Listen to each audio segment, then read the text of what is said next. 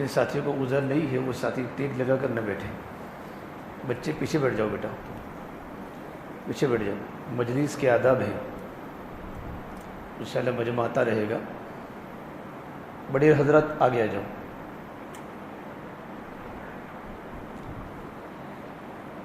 Mic کی آواز تو بہت دور تک پہنچے گی گاؤں میں, لیکن مجلس میں بیٹھنے کا جو ثواب ہے وہ نہیں ملے گا. اس لیے جو حضرات کو کوئی تکلیف نہیں ہے, میری رائے ہے آگے بیٹھے. جو لوگ مجلسوں میں آگے بیٹھتے ہیں وہ جنت میں بھی آگے جاتے ہیں. آگے بیٹھ جائیں, آ جاؤ, نزدیک آ جاؤ. ماشاءاللہ ابھی قریب آ جاؤ.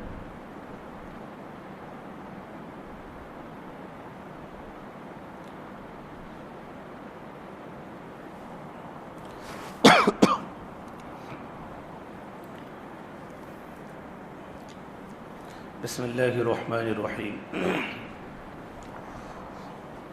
الحمد للہ الذی خلق الخلائق بإرادته ودح الأرض بمشیته واستوى على العرش بقوته ليس له بديل ولا عديل ولا شارك ولا مشارك ونشهد أن لا إله إلا الله وحده لا شريك له ونشهد أن سيدنا وسندنا وأولانا ومولانا محمدا عبده ورسوله صلى الله عليه وعلى آله وأصحابه وأتباعه. أما بعد فأعوذ بالله من الشيطان الرجيم. بسم الله الرحمن الرحيم. من عمل صالحا من ذكر أو أنثى وهو مؤمن فلنحيينه حياة طيبة وَلَنَجْزِيَنَّهُمْ أَجْرَهُمْ بِأَحْسَنِ مَا كَانُوا يَعْمَلُونَ. وقال النبي صلى الله تبارك وتعالى عليه وسلم يا أبا سفيان جئتكم بكرامة الدنيا والآخرة وتركتكم على محجة بيضاء ليلها كنهارها.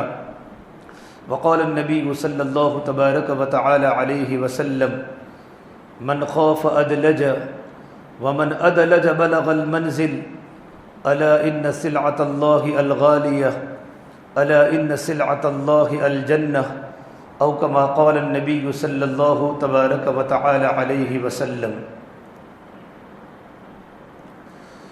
میرے محترم پیارے بھائیو, اللہ تبارک و تعالیٰ نے ہر انسان کی فطرت میں آگے بڑھنے کا ایک جذبہ رکھا ہے. بہتر سے بہترین اور خوب سے خوب ترین کی جستجو میں انسان ہمیشہ سرگردہ پھرتا ہے. یہ صفت فقط انسانوں کے اندر ہی ہے, جانوروں کے اندر بالکل نہیں ہے. 2000 سال پہلے کبوتر نے جو گھونسلہ بنایا تھا, 2000 سال کے بعد کبوتر ویسا ہی گھونسلہ بنا رہا ہے.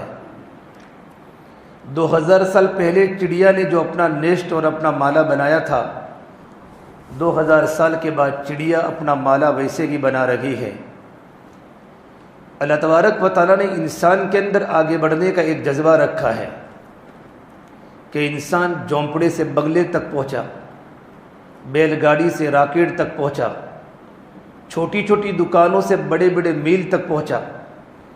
اس لیے کہ اللہ تعالیٰ نے انسان میں عقل کا ایک جذبہ رکھا ہے, اور عقل کی روشنی میں انسان ہمیشہ آگے بڑھنے کی کوشش میں ہوتا ہے. لیکن میرے بھائیوں, آگے بڑھنا دو طرح کا ہوتا ہے.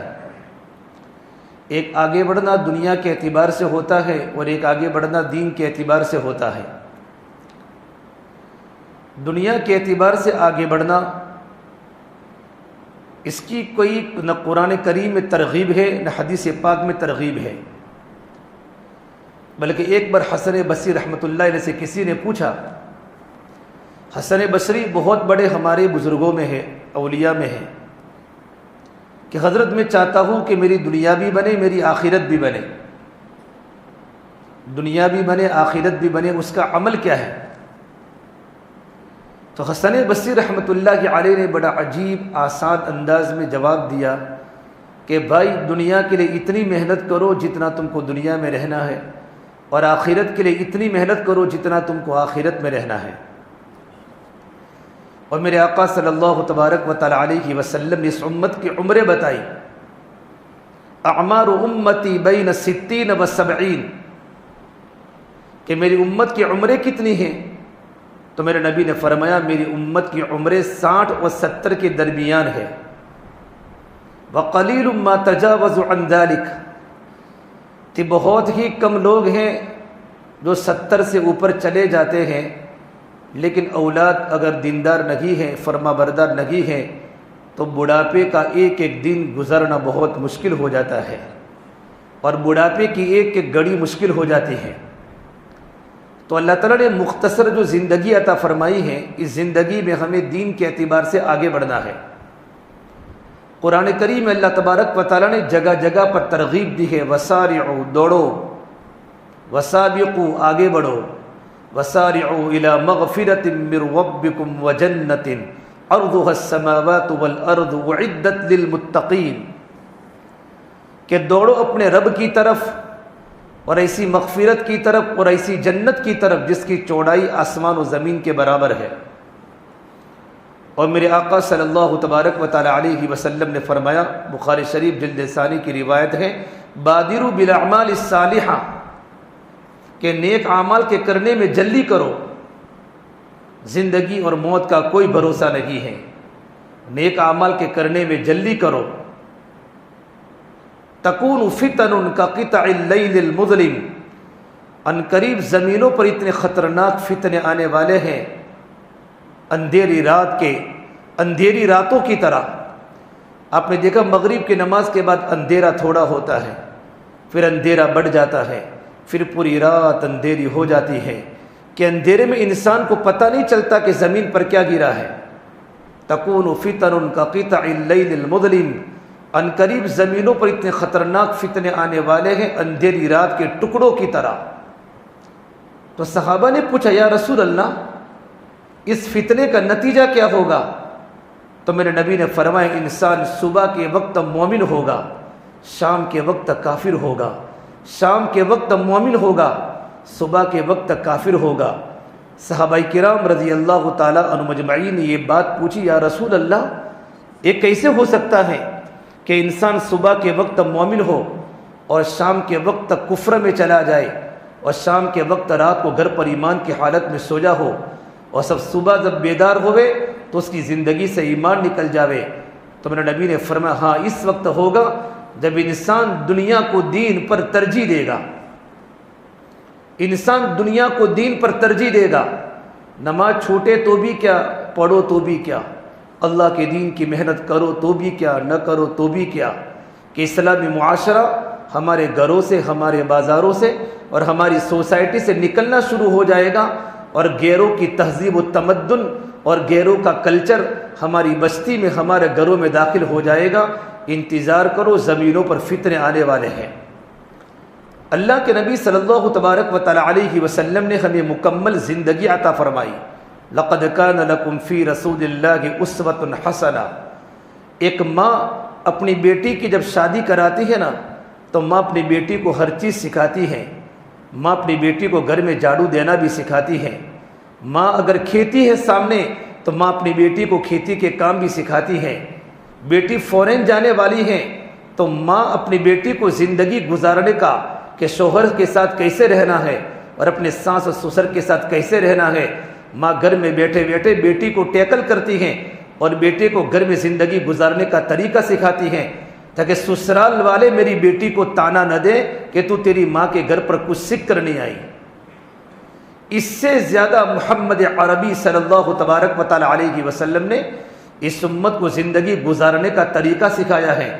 زندگی کیسے گزارنی، شادی کیسے کرنی، بچوں کی تربیت کیسے کرنی، کھانا کیسے کھانا، پانی کیسے پینا، یہاں تک کہ سلمان فارسی رضی اللہ تعالی عنہ ایک مرتبہ عرب کے صحرا میں استنجا کر رہے تھے، تو ایک یہودی نے بطور استہزاء کے، بطور مذاق کے پوچھا، اے سلمان، کیا تمہارے نبی نے تم کو ٹوائلٹ کرنے کا، استنجا کرنے کا طریقہ بھی سکھایا ہے؟ روایت کے جملے میں حتی الخیراءۃ، استنجا کرنے کا طریقہ بھی سکھایا ہے؟ تو سلمان فارسی نے کہا، نعم بالکل ہمارے آقا صلی اللہ تبارک و تعالی علیہ وسلم نے ہمیں استنجا کرنے کا طریقہ بھی سکھایا ہے کہ جب ہم استنجا کریں گے تو نہ ہمارا منہ قبلہ کی طرف ہوگا نہ ہماری پیٹھ قبلہ کی طرف ہوگی۔ آپ صلی اللہ تبارک و تعالی علیہ وسلم کی زندگی میں میری اور آپ کی کامیابی ہے، میرے آقا کی زندگی ہماری زندگی بن جائے، میرے آقا کا درد ہمارا درد بن جائے، میرے آقا کی فکر ہماری فکر بن جائے۔ آپ صلی اللہ تبارک و تعالی علیہ وسلم کی زندگی کو نمونہ بناؤ، یورپ کا کلچر ہمارے گھروں میں نہ آوے، اور یورپ کا کلچر ہمارے جوانوں میں نہ آوے، اور یورپ کا کلچر ہمارے بچیوں میں نہ آوے۔ میرے بھائی، مغرب میں اندھیرا ہے، مشرق میں اجالا ہے، مغرب اندھیروں کی جگہ ہے، مشرق روشنیوں کی جگہ ہے۔ میرے آقا صلی اللہ تبارک و تعالی علیہ وسلم مشرق وسطی مکہ میں پیدا ہوئے، مشرق میں روشنیاں ہیں، مغرب میں اندھیرا ہے۔ اتنا بڑا سورج بھی مغرب میں جا کے ڈوب جاتا ہے، اور دنیا کے انسانوں کو اعلان کر کے کہتا ہے، اے دنیا کے نوجوانوں، اگر تم نے اپنی جوانی یورپ کے گوروں کی طرح بنائی اور یورپ کے گوروں کی طرح تم نے اپنے بدن کے لباسوں کو اتار دیا اور ہماری بچیوں نے اپنے سر کے دوپٹے اتار دیے، تو ہمارا بھی ڈوبنا مقدر ہے۔ ہماری طرف کوئی دیکھنے والا نہیں ہوگا، ہمارے سروں پر ہاتھ پھیرنے والا کوئی نہیں ہوگا۔ سب سے پہلے دلوں میں اللہ تبارک و تعالیٰ کے حکموں کی عظمت لانا ہے، محمد الرسول اللہ صلی اللہ علیہ وسلم کی عظمت لانا ہے۔ لا الہ الا اللہ محمد الرسول اللہ کا تقاضا کیا ہے؟ ہماری زندگی کلمے کے رنگ میں رنگ جاوے۔ لا الہ الا اللہ ظاہر ہو نہیں سکتا، محمد الرسول اللہ چھپ نہیں سکتا۔ لا الہ الا اللہ یہ اندر کی چیز ہے، محمد الرسول اللہ یہ ظاہر کی چیز ہے۔ لا الہ الا اللہ یہ ظاہر ہو نہیں سکتا، محمد الرسول اللہ یہ چھپ نہیں سکتا۔ تیرا چہرہ بتائے گا تیرے اندر کلمہ لا الہ الا اللہ کتنا ہے، تیرا لباس بتائے گا تیرے دل میں کلمہ لا الہ الا اللہ کتنا ہے۔ بھائیو، گناہ کرتے کرتے کرتے دل اندھیرا ہو چکا ہے۔ آج ہر گھر بجلی کے قمقموں سے روشن ہے، پر دل کالی رات سے زیادہ تاریک ہیں۔ مصنوعی کہے گونجتے ہیں، پر دل خون کے آنسو روتا ہے۔ چہرے ان کے چمکتے ہیں، پر دل کے اندر ویرانی ہے۔ لباس ہمارے زرق برق ہیں، پر دل کے اندر خاک آلود ہیں۔ اوپر تو رنگوں کی بہار ہے، اندر تو ویرانوں کے راج ہیں۔ اوپر تو خوشیوں کے سامان ہیں، اندر تو بربادیوں کے گیت ہیں۔ اوپر سے خوشحال اندر سے بدحال، یہ کیا ہو رہا ہے؟ دل اللہ کی محبت سے خالی ہو چکا ہے، دل اللہ کے نبی کی محبت سے خالی ہو چکا ہے۔ عطا اللہ شاہ بخاری فرمایا کرتے تھے، اے ہندوستان والو، میں نے تمہیں قرآن کریم کو اتنا سنایا کہ میں سر کو سناتا تو صبا بن جاتی، پہاڑوں کو سناتا تو موم ہو جاتے، میں سمندروں کو سناتا ان کی طغیانی رک جاتی، میں دریاؤں کو سناتا ان کے طوفان تھم جاتے۔ پتہ نہیں تم کس چیز سے بنے ہو، کیا تمہارے سینوں میں دل نہیں ہے؟ پتھر بھی خدا کے خوف سے روتا ہے، اور پتھروں کے اندر بھی چشمے جاری ہو جاتے ہیں۔ میرے بھائیوں، راتوں کے اندھیروں میں گناہ کرتے کرتے اور نیٹوں پر غلط چیزوں کو دیکھتے دیکھتے میرا اور آپ کا دل اندھیرا ہو چکا ہے، دل اندھیروں کا پہاڑ بن چکا ہے، دل کی رگ رگ میں اندھیرا ہے۔ میرے بھائیوں، اٹھتی جوانیاں مت دیکھو، اٹھتے جنازے دیکھو، شادی کی بارات مت دیکھو، موت کے ماتم دیکھو۔ ہم سب کو مرنا ہے اور ہم سب کو قبر میں جانا ہے اور اللہ کے سامنے کھڑا ہونا ہے۔ ہمارے دلوں کو بنانے کی ضرورت ہے۔ جب دل بدل جاتے ہیں تو چہرے بھی بدل جاتے ہیں، جب دل بدل جاتے ہیں تو چہرے بھی بدل جاتے ہیں۔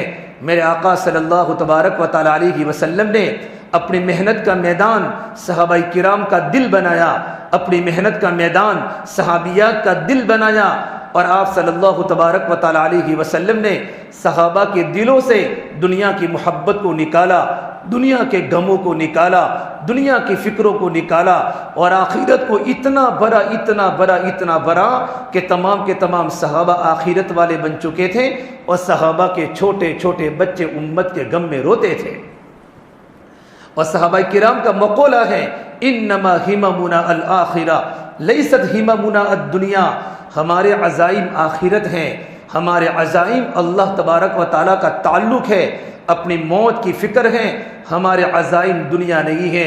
بھائی دنیا تو فانی ہے، یہی تجھ کو دھن ہے، رہو سب سے اعلیٰ، ہو زینت نرالی، ہو فیشن نرالا، جیاں کرتا گے یوں ہی کیا مرنے والا، تجھے حسن ظاہر نے دھوکے میں ڈالا، تجھے پہلے بچپن نے برسوں کھلایا، جوانی نے پھر تجھ کو مجنوں بنایا، بڑھاپے نے پھر آ کے کیا کیا ستایا، اجل تیرا کر دے گی بالکل صفایا، جگہ جی لگانے کی دنیا نہیں ہے، یہ عبرت کی جاہ تماشا نہیں ہے۔ میرے بھائیو، یہاں کے سکھ تھوڑے ہیں، یہاں کے دکھ زیادہ ہیں، یہاں کی مسکراہٹیں تھوڑی ہیں، یہاں کا رونا زیادہ ہے، یہاں کا ہنسنا تھوڑا ہے، یہاں کا رونا زیادہ ہے، یہاں کی آبادی کم ہے، یہاں کی ویرانی زیادہ ہے۔ دنیا میرے اللہ نے قرآن میں کہا دنیا تو کھیل کود ہے اور دنیا تو دھوکے کا سامان ہے، اصل زندگی آخرت کی زندگی ہے۔ وَإِنَّ الْآخِرَةَ لَهِيَ الْحَيَوَانُ لَوْ كَانُوا يَعْلَمُونَ، زندگی اصل زندگی آخرت کی ہے۔ کیا آپ کو پتہ نہیں لاک ڈاؤن میں کتنے نوجوان بچوں کے جنازے اٹھے ہیں کہ ان کے بچوں نے عید کے دن اپنے ماں باپ کو دیکھ نہ سکے، اور بوڑھے ماں باپ نے اپنے جوان بچوں کو جنازے کندھے رکھنے کا موقع نہیں ملا، ان کو سیدھے قبرستان میں لے جایا گیا اور قبر کی مٹی کے حوالے کر دیا گیا۔ میرے نبی نے فرمایا عقل مند انسان وہ ہے جو اپنے نفس کا محاسبہ کرتا رہے اور موت سے پہلے موت کی تیاری کرتا رہے۔ الکیس من دان نفسہ وعمل لما بعد الموت، عقل مند انسان وہ ہے، کلیور انسان وہ ہے کہ جو اپنے نفس کا محاسبہ کرے، میری جوانی کہاں جا رہی ہے۔ ایسا تو نہیں ہے میں رات کے اندھیروں میں کیا کیا دیکھتا ہوں، میں رات کے اندھیروں میں کیا کیا دیکھتا ہوں۔ جو انسان رات کی خلوتوں میں گناہ کرتا ہے، جب صبح میں اٹھتا ہے اللہ تعالیٰ مخلوق کے دل میں اس کی نفرت کو ڈال دیتا ہے۔ ابو درداء رضی اللہ تعالیٰ عنہ نے ایک مرتبہ اپنے شاگردوں کو، اسٹوڈنٹ کو فرمایا، اے میرے اسٹوڈنٹ کی جماعت، میرے طلباء کی جماعت، تم ایسے کوئی کام مت کیا کرو کہ لوگ تم سے نفرت کرنے لگے۔ تو شاگردوں نے کہا حضرت ہم تو کوئی ایسا کام نہیں کرتے کہ لوگ ہم سے نفرت کرے۔ تو یہ فرمایا جب انسان رات کو تنہائی میں بستروں پر گناہ کرتا ہے، تنہائی میں بستروں پر گناہ کرتا ہے، اس وقت گناہوں کے کوئی آنات نہیں تھے، نہ نیٹ کا زمانہ تھا، نہ موبائل کا زمانہ تھا، نہ ویڈیو کا زمانہ تھا، نہ انٹرنیٹ سیٹ لائن کا زمانہ تھا، وہ تو دور صحابہ تھا۔ اس وقت یہ بات فرمائی جب کوئی انسان رات کو تنہائی میں بستروں پر گناہ کرتا ہے، جب صبح میں اٹھتا ہے تو اللہ تبارک و تعالیٰ اس کے دوستوں کے دلوں میں اور بستی کے بڑے بڑے بزرگوں اور علماء کے دلوں میں اور سوسائٹی کے بڑوں کے دل میں اللہ تعالیٰ اس کی نفرت کو ڈال دیتا ہے۔ خلوتوں کے گناہ موت کے وقت تک کلمے کو سلب کرتے ہیں۔ یہ خلوت کے گناہ جوان بھی کرتے ہیں، خلوت کے گناہ بوڑھے بھی کرتے ہیں۔ بد نظری جوانوں کے اندر بھی آ چکی ہے اور بوڑھوں کے اندر بھی آ چکی ہے۔ یہ بد نظری اتنی خطرناک چیز ہے، انسان جوانی میں اس کو قابو میں نہیں لاتا تو یہ بیماری موت تک رہتی ہے۔ کتنے بوڑھے بالکل بیمار ہیں لیکن وہ عادت سے مجبور ہیں۔ مولانا اشرف علی تھانوی علیہ رحمہ فرماتے ہیں ایک میرے مرید میری خدمت میں آئے، حالانکہ بہت سی باتوں کے اندر متقی تھے، صف اولیٰ کے پابند تھے، اللہ کی دین کی محنت کے داعی تھے، بزرگوں کی صحبت یافتہ تھے، راتوں کو رونے والے تھے، لیکن فرماتے حضرت سارے کے سارے کام ہو رہے ہیں، ایک گناہ میں آپ کے سامنے پیش کرتا ہوں، 70 سال کی عمر ہو چکی ہے لیکن تب بھی میری نگاہ شہوت کی طرح لڑکیوں کی طرف جا رہی ہے۔ اللہ سے ڈرو میرے بھائیو، اللہ ہمیں برابر دیکھ رہا ہے۔ ان ربک لبالمرصاد، تیرا رب تجھے گھات لگا کر دیکھ رہا ہے۔ مرصاد عربی میں بولتے ہیں جیسے شکاری جب شکار کو کرتا ہے تو شکار کے کرتے وقت اس کی پلک بھی نہیں جھپکتی، اس کی کیفیت کو عربی میں مرصاد کہا جاتا ہے۔ میرا اللہ اپنے بندوں کو اس سے بھی زیادہ برابر دیکھ رہا ہے۔ بندہ تو رات میں کیا کرتا ہے تو دن میں کیا کرتا ہے، یعلم خائنۃ الاعین وما تخفی الصدور، اللہ تعالیٰ آنکھوں کی خیانت کو جانتا ہے تو نے نظر کہاں کہاں لگائی، تیری نظر نے کہاں کہاں خطا کی، تو محلوں میں گزرا تو نے کہاں دیکھا، اور دیکھنے کے بعد تیرے دل میں جو شہوت کا طوفان اٹھا ہے، گناہ کا طوفان جو تیرے دل میں اٹھا ہے، اس کو اللہ تبارک و تعالی برابر دیکھ رہا ہے۔ یعلم السر واخفا، یہ اللہ تبارک و تعالیٰ کی صفات ہیں۔ اللہ زور سے بولو تو بھی جانتا ہے، آہستہ بولو تو بھی جانتا ہے۔ یعلم السر، دل میں آنے والے ارادے کو اللہ جانتا ہے۔ واخفا، علامہ آلوسی تفسیر فرماتے ہیں ابھی تک تمہارے دل میں کوئی ارادہ نہیں آیا، تمہارے دل میں آنے والے ارادے کو میرا اللہ آسمانوں پر جانتا ہے۔ اس اللہ کی عظمت کو دل میں بٹھانا، اس اللہ کے یقین کو دل میں بٹھانا۔ اس لقمان حکیم اپنے بیٹے کو نصیحت فرمائی، میرے پیارے بیٹے، یا بنی انہا ان تک مثقال حبۃ من خردل فتکن فی صخرہ او فی السماوات او فی الارض یأت بہا اللہ، میرے بیٹے اگر تو کوئی نیکی کرے یا تو کوئی گناہ کرے، پہاڑوں کی چٹانوں پر کرے کوئی نہیں دیکھتا، آسمان کے کناروں پر کرے یا زمین کے تہخانوں میں کرے، اللہ اس کو ظاہر کر کے رہے گا۔ یأتی بہ اللہ، چھپے ہوئے گناہ بھی ایک دن ظاہر ہو جاتے ہیں۔ ان اللہ لطیف خبیر، میرے اللہ تبارک و تعالیٰ کی صفت لطیف ہے، اللہ باریک چیزوں کو باریک نگاہوں سے دیکھ رہا ہے، اللہ تبارک و تعالیٰ باخبر ہے۔ اس لیے میرے جوانوں، اپنے آپ کی نگاہوں کو نیچی کرو۔ اللہ نے قرآن میں نبی کے ذریعے حکم دیا ہے، قل للمؤمنین یغضوا من ابصارہم وَيَحْفَظُوا فُرُوجَهُمْ، اے محمد صلی اللہ تبارک و تعالی علیہ وسلم، ایمان والوں کو بتا دو اپنی نگاہوں کو نیچی کرے اور اپنی شرمگاہوں کی حفاظت کرے۔ جس کی نگاہ قابو میں آ جاتی ہے اس کی شرمگاہ قابو میں آ جاتی ہے، جس کی نگاہ بے قابو ہو جاتی ہے اس کی شرمگاہ بے قابو ہو جاتی ہے۔ غضوا ابصارکم واحفظوا فروجکم، اور ایک روایت میں فرمایا، اے لوگو اپنی اپنی نگاہوں کو نیچی کرو اور اپنی شرمگاہوں کی حفاظت کرو، ورنہ اللہ تمہارے چہروں کی شکل کو بدل دے گا۔ علماء اس کی آیت کی تشریح فرماتے ہیں کہ شکل کے بدلنے کا مطلب یہ ہوتا ہے لَيَكْسِفَنَّ اللَّهُ وُجُوهَكُمْ، اللہ تمہارے چہروں کی شکلوں کو بدل دے گا، اللہ تمہارے چہروں کو بے نور کر دے گا۔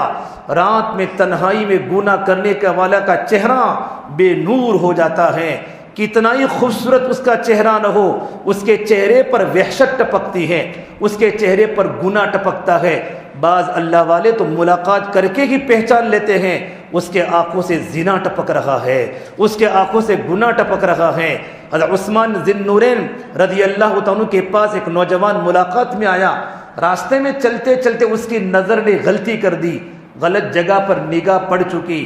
عثمان غنی کی ملاقات، حضرت عثمان نے جب اس کی ملاقات کی تو فوراً نیچا دے کر فرمایا، ما بال اقوام یترشح الزنا فی اعینہم، ارے قوم کو کیا ہو چکا ہے کہ ان کی آنکھوں سے زنا ٹپک رہا ہے۔ اس نوجوان نے کہا، ابی المؤمنین کیا آپ پر وحی آئی؟ کا نئی وحی کا دروازہ تو بند ہو چکا ہے، لیکن میرے نبی نے فرمایا، اتقوا فراست المؤمن فإنه ينظر بنور اللہ، مومن کی فراست سے بچو، مومن تو اللہ تبارک و تعالیٰ کے نور سے دیکھتا ہے، نور سے دیکھتا ہے۔ ہماری امام ابو حنیفہ رحمۃ اللہ علیہ، ہمارے مسلک کے بڑے امام، جب وہ وضو فرماتے تھے، کوئی ان کے قریب نل پر آ کر، حوض پر آ کر وضو کرتا تھا، اپنے ہاتھ کو دھوتا تھا، ان کو پتہ چلتا تھا وہ کون سا ہاتھوں کا گناہ کر کے آیا ہے۔ چہرہ دھوتا تھا، ان کو پتہ چلتا کہ کون سا چہرے کا گناہ کر کے آیا ہے، تو ان کے دل میں لوگوں کی بدگمانیاں ظاہر ہونے لگی، یہ گناہ کرتا ہے، یہ گناہ کرتا ہے، تو اللہ سے دعا کی، میرا اللہ میرے دل سے اس کیفیت کو ختم فرما دے تاکہ لوگوں کے عیوب میرے سامنے نہ آوے۔ جن کے دلوں میں ولایت کا نور ہوتا ہے، جو اللہ تبارک و تعالیٰ کے نیک بندے ہوتے ہیں، جو راتوں کو رونے والے ہوتے ہیں، جن کی زندگی میں تقویٰ ہوتا ہے، جن کی زندگی میں اللہ تبارک و تعالیٰ کا ڈر ہوتا ہے، ان کو پہلے سے ہی معلوم ہو جاتا ہے انسان کیا گناہ کر کے آیا ہے۔ اس سے میرے بھائیو، عورتوں کا کام ہے پردہ کرنا، مردوں کا کام ہے نگاہوں کو نیچی کرنا، نگاہوں کو نیچی کرنا، یہ اسلام کا حکم ہے، نگاہوں کو نیچی کرو ورنہ تمہارے چہروں کی شکل کو بدل دے گا۔ اور فرما اللہ کے نبی صلی اللہ تبارک و تعالی علیہ وسلم نے جو انسان اپنی نگاہ کو نیچی کرتا ہے، کوئی راستے میں جا رہا ہے، سڑک پر جا رہا ہے، ایک صحابی نے پوچھا یا رسول اللہ ہم تو راستوں میں چلتے پھرتے ہیں، بہت سی لڑکیاں باپردہ بھی گزرتی ہیں، ہماری نظر پڑ جاوے تو ہم کیا کریں؟ جریر ابن عبداللہ بجری نے اللہ کے نبی کو سوال کیا، مسند احمد کی روایت ہے، تو میرے نبی نے فرمایا اسری بصرک، اپنی نگاہوں کو پھیر لو۔ پھر آپ نے حضرت علی کو فرمایا یا علی لا تتبع النظرۃ النظرۃ فإن لك الأولى وليست لك الآخرة، اے علی پہلی نظر تو معاف ہے، اگر بھول سے پہلی نظر لگ جاوے پہلی نظر تو معاف ہے، لیکن دوسری مرتبہ دیکھنا چچا کی لڑکی کو شہوت کی نگاہ سے بھی حرام ہے۔ پھر یوں فرمایا پہلی مرتبہ نظر اگر شہوت کی نگاہ سے ارادتاً ہے تو بھی انسان گنہگار ہوگا، انسان حرام ہوگا۔ اور پہلی مرتبہ کا مطلب یہ نہیں ہوتا کہ پہلی مرتبہ اتنی بھرپور نگاہ ڈال دی کہ دوسری مرتبہ دیکھنے کی ضرورت ہی نہ پڑے۔ بھائیو نگاہوں کو نیچی کرو۔ میرے نبی نے فرمایا جو انسان اپنی نظروں کو جھکاتا ہے، اپنی نگاہوں کو نیچی کرتا ہے، جتنی مرتبہ نگاہ کو نیچے کیا ہے آدمی کا دل ٹوٹتا ہے، چونکہ اللہ نے مردوں کی دل میں عورت کی خوشبو رکھی ہے۔ زُيِّنَ لِلنَّاسِ حُبُّ الشَّهَوَاتِ مِنَ النِّسَاءِ، لوگوں کے واسطے اللہ نے شہوات کی محبت اور عورتوں کو مزین کیا ہے۔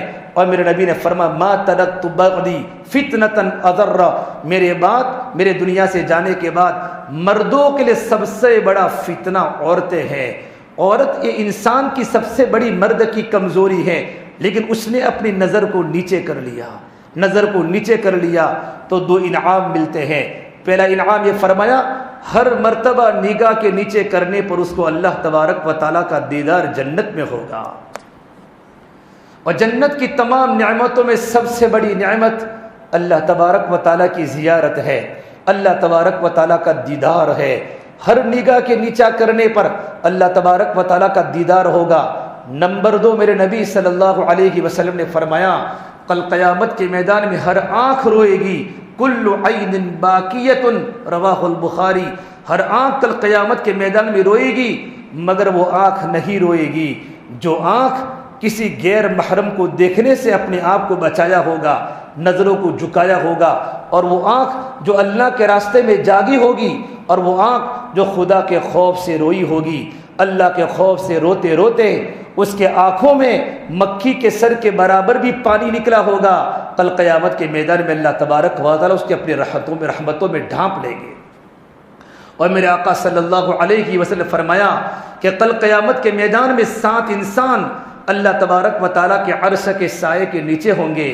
اس میں ایک وہ انسان بھی ہوگا جس کو کسی لڑکی نے میسیج کیا، لڑکی نے کسی چیٹنگ کی، اس کو اپنی طرف گناہوں کی دعوت دی، چاروں طرف گناہوں کا بازار ہے، کمرے میں موبائل پر بیٹھا بیٹھا چیٹنگ کر رہا ہے، وہ اس کو بلا رہی ہے، وہ اس کو دعوت دے رہی ہے، لیکن وہ یوں کہے انی اخاف اللہ، میرے دل میں اللہ کا ڈر ہے، میں کیسے گناہ کر سکتا ہوں۔ اللہ تبارک و تعالیٰ اسے نوجوان کو کل قیامت کے میدان میں عرش کے سائے کے نیچے رکھیں گے، جہاں اللہ کے عرش کے سائے کے سوا کوئی سایہ نہیں ہوگا۔ بھائیو انسان گناہوں سے بچنا چاہے تو انسان گناہوں سے بچ سکتا ہے۔ گناہوں سے بچنے کے لیے اندر کا ایمان چاہیے، اندر کا تقوی چاہیے، ایمان مضبوط بن جاتا ہے۔ اس لیے میرے نبی نے اللہ سے دعا فرمائی، یا اللہ میں تجھ سے ایسا ڈر مانگتا ہوں جو مجھے گناہوں سے بچا دے، جو مجھے گناہوں سے بچا دے۔ کمزور ایمان انسان کو نماز پڑھواتا ہے، کمزور ایمان انسان کو تسبیح پڑھواتا ہے، کمزور ایمان انسان کو قرآن کی تلاوت کرواتا ہے، لیکن گناہوں سے نہیں بچا سکتا۔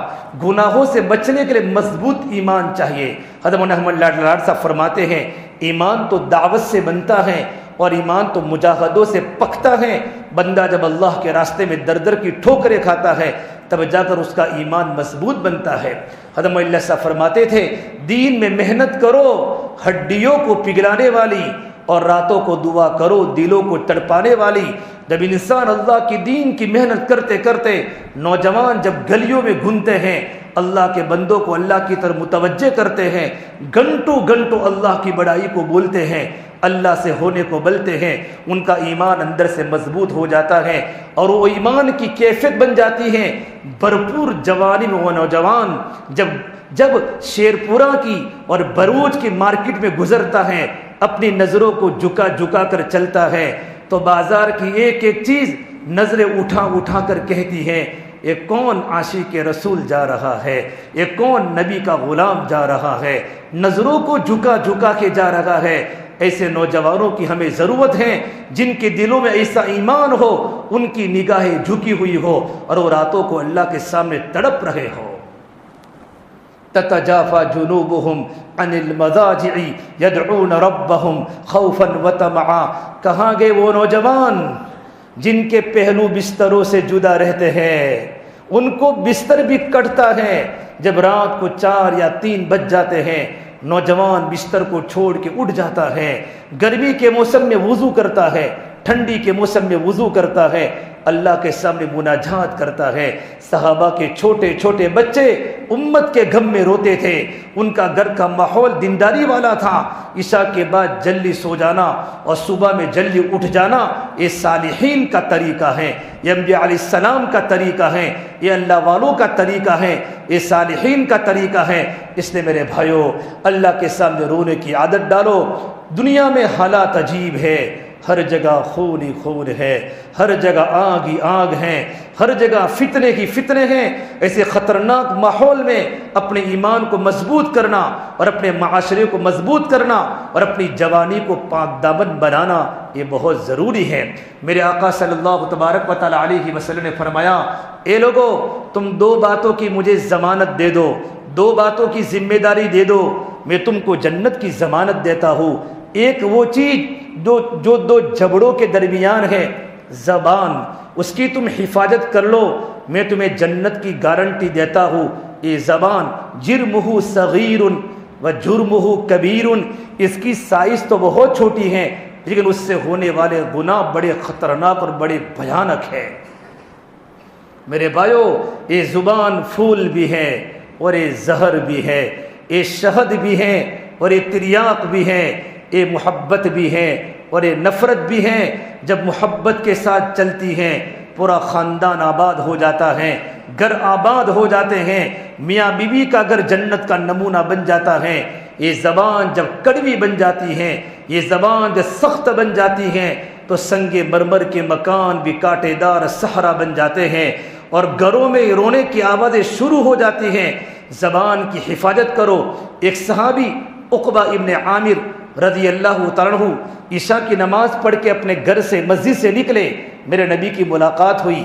آپ صلی اللہ تبارک و تعالیٰ علیہ وسلم نے عقبہ ابن عامر کا ہاتھ پکڑا تو عقبہ نے پوچھا، یا رسول اللہ، من نجات کس میں ہے؟ میں چاہتا ہوں کہ میں کامیاب ہو جاؤں۔ تو میرے آقا نے 3 باتیں بتائی، عقبہ یہ 3 باتوں کو اپنی زندگی میں لا لے، اللہ تجھے دنیا کے اندر بھی کامیاب کرے گا اور آخرت کے اندر بھی کامیاب کرے گا۔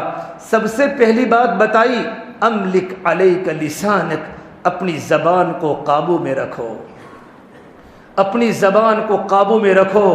معاشرے میں جو تتر برتر جو معاشرہ ٹوٹا ہے یہ زبان کے غلط بول سے بنا ہے، زبان کے غلط جملوں سے معاشرہ ٹوٹتا ہے، مذہبہ جماعتیں ٹوٹتی ہیں، ساتھی ٹوٹ جاتے ہیں، تلواروں کے زخم ختم ہو جاتے ہیں، زبان کے لگائے ہوئے زخم کبھی ختم نہیں ہوتے۔ اس سے میرے بھائیو، محبت سے بات کرنا سیکھو۔ محبت تو پتھروں کو بھی پھول بنا دیتی ہے۔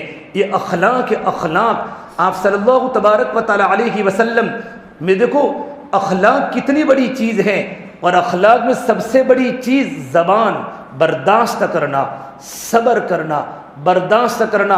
میرے آقا صلی اللہ تبارک و تعالی علیہ وسلم پر یہ آیت نازل ہوئی، یا ایھا المزمل قم اللیل الا قلیلا نصفہ او انقص منہ قلیلا۔ یہ آیت نازل ہونے کے بعد یہ مکی دور کی شروع کی آیات ہیں۔ آپ صلی اللہ علیہ وسلم اور صحابہ پوری رات اللہ کے سامنے نماز پڑھتے تھے۔ دیکھو، عبادات میں کثرت مطلوب نہیں ہے، عبادات میں اعتدال مطلوب ہے۔ میرے آقا صلی اللہ علیہ وسلم جب لمبی نفلیں پڑھنے لگے پوری رات تو اللہ نے میرے نبی کو روکا، تو ہاں ما انزلنا علیک القرآن لتشقى الا تذکرۃ لمن یخشى۔ توحہ علامہ آلوسی فرماتے ہیں، ایک روایت کے مطابق اللہ کے نبی کا نام ہے، ما انزلنا علیک القرآن لتشقى، ہم نے آپ پر قرآن کریم کو اس لیے نازل نہیں کیا کہ آپ مشقت میں پڑ جاوے، لمبی لمبی نفلیں پڑھتے رہے، عبادات میں میرے نبی آگے بڑھے تو اللہ نے میرے نبی کو روکا، تبلیغ میں میرے نبی اتنے آگے بڑھے کہ اپنی جان کی بھی فکر نہ ہوئی، اپنی جان کی بھی فکر نہ ہوئی، تو اللہ نے میرے نبی پر بریک لگا کر یوں کہا، فلا تذهب نفسك علیہم حسرات، اے نبی تیرے آنسو ہمیں دیکھے نہیں جاتے، اے نبی تیرا تڑپنا ہمیں دیکھا نہیں جاتا، نبی تیرا رونا ہمیں دیکھا نہیں جاتا، کہیں تو پچھتا پچھتا کر اپنی جان کو ہلاکت میں نہ ڈال دے، لعلک باخع نفسک الا یکونوا مؤمنین، نبی جی ان کے ایمان کے قبول نہ کرنے کی بنیاد پر کہیں تو اپنی جان کو ہلاکت میں نہ ڈال دے۔ قرآن کریم میں 121 آیات میرے نبی کی تبلیغ کی تسلی کے بارے میں اتری ہے۔ حضرت منیب ازہری فرماتے ہیں، میں نے اللہ کے نبی صلی اللہ تبارک و تعالیٰ علیہ وسلم کو زمانے جاہلیت میں میرے نبی کو میں نے دیکھا، اب اللہ کے بندوں کو اللہ کے دین کی دعوت دینے جا رہے ہیں۔ ابھی بھی مغرب کی نماز کے بعد شیرپورہ میں ایک گھر پر کھانے گیا، کتنے نوجوانوں کو دکانوں پر بیٹھتے ہوئے دیکھا، وہ نوجوان مسجدوں میں نہیں دکھے۔ بھائیو، یہ تبلیغ کی محنت ایک مؤثر محنت ہے، اے میرے نبی کا خون کا پسینہ ہے، اے میرے نبی کی تڑپ ہے، اے میرے نبی کی بے قراری ہے۔ آپ صلی اللہ تبارک و تعالیٰ علیہ وسلم فجر کی نماز کے بعد ملاقاتوں میں نکلے ہیں، اللہ کے بندوں کو اللہ کی دین کی دعوت دینے کے لیے، اللہ کے بندوں کو مسجد کی طرف بلانے کے لیے۔ ایک انسان آیا، اللہ کے نبی کے چہرے پر تھوکا، فَمِنْهُمْ مَنْ تَفَلَ فِي وَجْهِهِ، میرے نبی کے چہرے پر تھوکا۔ کس کے چہرے پر تھوکا ہے؟ نبی کے چہرے پر تھوکا ہے۔ اللہ نے قرآن میں نبی کے چہرے کی قسم کھائی ہے، وَالضُّحَىٰ، تیرے روشن چہرے کی قسم، وَاللَّيْلِ إِذَا سَجَا، تیری سیاہ زلفوں کی قسم، مَا وَدَّعَكَ رَبُّكَ وَمَا قَلَا، تیرا رب تجھے کیسے چھوڑ سکتا ہے، وَلَلْآخِرَةُ خَيْرٌ لَكَ مِنَ الْأُولَىٰ، نبی جی آخرت دنیا سے بہتر ہے، وَلَسَوْفَ يُعْطِيكَ رَبُّكَ فَتَرْضَىٰ، اے نبی جی اللہ تبارک و تعالیٰ آپ کی قربانیوں کی وجہ سے اور آپ کی عبادات کی وجہ سے اللہ آپ کو اتنا دینے والا ہے، اتنا دینے والا ہے کہ نبی جی آپ راضی ہو جائیں گے۔ نبی کے چہرے پر لوگوں نے تھوکا ہے۔ پھر میرے نبی تھوڑے سے آگے گئے، ایک انسان نے میرے نبی کے چہرے پر مٹی ڈالی، وَمِنْهُمْ مَنْ حَصَىٰ عَلَيْهِ التُّرَابَ، نبی کے چہرے پر مٹی ڈالی۔ آگے میرے آقا گئے، کچھ لوگوں نے میرے نبی کو گالیاں بولی، وَمِنْهُمْ مَنْ سَبَّهُ حَتَّىٰ انْتَصَفَ النَّهَارُ، یہاں تک کہ سورج سر پر آ چکا۔ ہم 2.5 گھنٹوں میں تھک جاتے ہیں، 2.5 گھنٹوں میں تھک جاتے ہیں۔ میں 2012 میں یمن میں گیا، پرانوں کا مجمع تھا، مجھے کہا مولانا مقامی اعمال کی بات کرو۔ میں نے بعد الفجر، فجر کی نماز کے بعد اہل عرب کے سامنے 2.5 گھنٹوں کی ترغیب دی، تو مجھے ایک عرب نے کان میں کہا، یا شیخ ان کو 2.5 گھنٹوں کی بات مت کرو، یہ پورا مجمع تو روزانہ 8 گھنٹے دے رہا ہے، ان کو تو 12 گھنٹوں کی بات کرو کہ آدھا مسجد کو دے، تہائی مسجد کو دے، تہائی گھر کو دے اور تہائی کاروبار کو دو۔ آپ ان کو اس آواز پر لاؤ جہاں سے تبلیغ دنیا میں چلی ہو، وہاں محنت کا یہ حالات ہو۔ عصر کی نماز سے لے کر عشاء تک عرب حضرات گلی گلی میں گھماتے ہیں، اللہ کے بندوں کو اللہ کے دین کی دعوت دیتے ہیں۔ آپ صلی اللہ تبارک و تعالیٰ علیہ وسلم سر پر سورج آ چکا، دوپہر کا وقت، آپ اللہ کے بندوں کو اللہ کے دین کی دعوت دے رہے ہیں۔ کوئی تھوک رہا ہے، کوئی گالی بول رہا ہے، آپ گھر پر واپس آئے ہیں، کسی نے آپ کی بات کو قبول نہیں کیا۔ حضرت الیاس صاحب فرماتے تھے، داعی کی تکلیف مدعو کی ہدایت کا ذریعہ بنتی ہے۔ جب داعی پر حالات آتے ہیں، اللہ مدعو میں ہدایت کے دروازے کھول دیتے ہیں۔ میرے آقا گھر پر آئے تو آپ کے چہرے پر تھوک بھی تھا، آپ کے چہرے پر مٹی بھی تھی اور آپ بالکل تھکے ہوئے تھے۔ آپ کی بیٹی زینب نے دیکھا تو پیالے میں پانی کو لے کر آئی، فَأَقْبَلَتْ جَارِيَةٌ بِعُصٍّ مِّن مَّاءٍ، آپ کی بچی پیالے میں پانی کو لے کر آئی، میرے نبی کے چہرے کو دھونے لگی اور زینب کی آنکھوں میں ٹپ ٹپ آنسو گرنے لگے۔ تو میرے نبی نے کہا، بیٹا زینب تم مت رو، اللہ تیرے ابا کی آسمانوں پر حفاظت کر رہا ہے۔ اس نبی نے اس امت کے لیے کیا نہیں کیا۔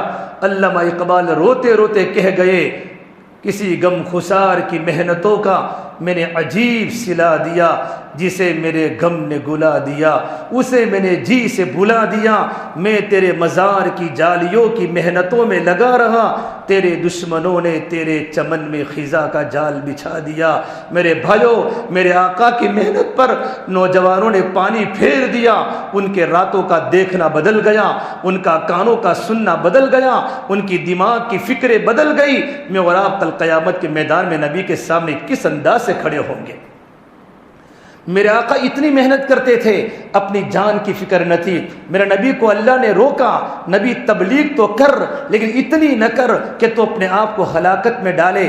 لیکن جب اخلاق کی باری آئی، اخلاق کی باری آئی، برداشت کرنے کی باری آئی، تو پہلے تو میرے اللہ نے نبی کی اخلاق کی قسم کھائی، نون والقلم وما یسطرون ما انت بنعمت ربک بمجنون وان لک لاجرا غیر ممنون وانک لعلی خلق عظیم۔ اس نون کی قسم اور اس قلم کی قسم جو قلم لکھتا ہے، نبی پاگل نہیں ہے، مجنون نہیں ہے، نبی تیرے اخلاق عظیمہ کی قسم، وَإِنَّكَ لَعَلَىٰ خُلُقٍ عَظِيمٍ۔ لَعَلَىٰ یہ لفظ بتاتا ہے کہ نبی میں کتنا صبر تھا، نبی کے اخلاق کتنے اونچے تھے۔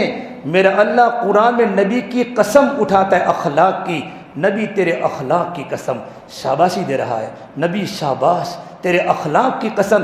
لیکن اخلاق کی کم کرنے کی بات نہیں کی، بلکہ اور کہا آگے بڑھ، دین کا کام کرنا ہے۔ وَاخْفِضْ جناحک لمن اتبعک من المؤمنین۔ نبی جی اپنے پروں کو جھکا دے، اپنے پروں کو جھکا دے ایمان والوں کے سامنے۔ کوئی گالی بولے، صبر کر، صبر کر، صبر کر، صبر کر۔ کبھی کسی کے کانٹے کا جواب کانٹے سے مت دے، کانٹوں کا جواب پھول سے دے۔ لوگ گالیاں بولے، صبر کر۔ بھائیو پر تو پرندوں کے ہوتے ہیں نا، پر تو انسانوں کے نہیں ہوتے۔ نبی اپنے پروں کو جھکا دے، ایمان والوں کے سامنے جھک جا۔ جب پرندہ زخمی ہوتا ہے، جب پرندہ زخمی ہوتا ہے تو پرندہ اپنے پروں کو جھکا لیتا ہے اور اپنی زبان حال سے یوں کہتا ہے، اب مجھے ذبح کر لو، اڑنے کی طاقت نہیں ہے۔ نبی اپنے آپ کو جھکا لے، اپنے آپ کو جھکا لے، زبان سے کسی کو کچھ مت کہیں۔ آہ کر نہ لبوں کو سی، عشق ہے دل لگی نہیں، سینے پہ تیر کھائے جا، قدم آگے بڑھائے جا، یعنی زبان حال سے کہہ دے کہ تو ستائے جا۔ نبی کوئی کچھ بھی کہے تو صبر کر، بھائیو صبر کرو، طاقتور بن جاؤ گے۔ اللہ کو جھگڑے پسند نہیں ہے، اللہ کو جھگڑے پسند نہیں ہیں۔ اور میرے نبی کو یہاں تک کہا، نبی برداشت کر، بلکہ ستانے والوں کو کہہ دے، گالیاں بولنے والوں کو کہہ دے، ادھر آ ستمگر ہنر آزمائے، تو تیر آزما ہم جگر آزمائے۔ برداشت کرنے کی حد بتائی ہے، نبی برداشت کرتے رہو، برداشت کرتے کرتے دنیا سے چلے جاؤ۔ میرے آقا صلی اللہ تبارک و تعالی علیہ وسلم نے اس امت کو کہاں سے کہاں پہنچایا ہے، تو میرے نبی نے فرمایا، میں تم دو چیزوں کی ذمہ داری لے لو، میں تم کو جنت کی ذمہ داری دیتا ہوں۔ ایک زبان کا کنٹرول کر دو، نمبر دو نگاہوں کو نیچی کر لو۔ وہ چیز جو دو رانوں کے درمیان ہے، یعنی شرمگاہ کی حفاظت کرو، میں تم کو جنت کی ذمہ داری دیتا ہوں۔ ایک بار آپ صلی اللہ تبارک و تعالی علیہ وسلم بیٹھے ہوئے ہیں اور جبرائیل امین حضور کی خدمت میں آئے، اور جبرائیل امین نے کہا، یا رسول اللہ، آج میں نے جنت کو بھی دیکھا اور آج میں نے جہنم کو بھی دیکھا۔ جنت کے 8 دروازے ہیں، جہنم کے 7 طبقے ہیں۔ ایک کا نام سقر ہے، ایک کا نام جہیم ہے، ایک کا نام سقیم ہے، ایک کا نام حاویہ ہے، ایک کا نام لظہ ہے، ایک کا نام شوا ہے۔ یوں کر کے جہنم کے نام گنانا شروع کیے۔ پھر کہا، یا رسول اللہ، اللہ تبارک و تعالیٰ سب سے نیچے کے طبقے میں اللہ تعالیٰ منافقین کو ڈالے گا۔ ان المنافقین فی الدرک الاسفل من النار وَلَن تَجِدَ لَهُمْ نَصِيرًا، منافقین جہنم کے سب سے نیچے کے طبقے میں ہو گئے، ان کا کوئی مددگار آخرت میں نہیں ہوگا۔ اس کے اوپر کے طبقے میں اللہ سابئین کو ڈالے گا، اس کے اوپر کے طبقے میں اللہ مجوسی کو ڈالے گا، اس کے اوپر کے طبقے میں اللہ یہود کو ڈالے گا، اس کے اوپر کے طبقے میں اللہ نصارہ کو ڈالے گا، اور اس کے اوپر کے طبقے میں اللہ مشرکین کو ڈالے گا۔ ایک طبقہ باقی رہ گیا جس کا نام ہے جہنم۔ جبرائیل خاموش ہو گئے۔ تو میرے آقا صلی اللہ علیہ وسلم نے پوچھا، جبرائیل جہنم کے سب سے اوپر کے طبقے میں کس کو ڈالا جائے گا؟ تو جبرائیل نے کہا، یا رسول اللہ، جہنم کے سب سے اوپر کے طبقے میں آپ کی گنہگار امت کو ڈالا جائے گا، آپ کی گنہگار امت کو ڈالا جائے گا۔ اس نبی کے دل میں امت کی کتنی محبت ہے، امت کا کتنا درد ہے۔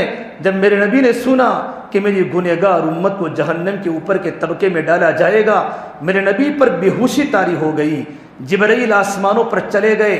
جب آپ کو افاقہ ہوا، آپ کو ہوش آیا، تو آپ نے بالکل بات کرنا بند کر دیا۔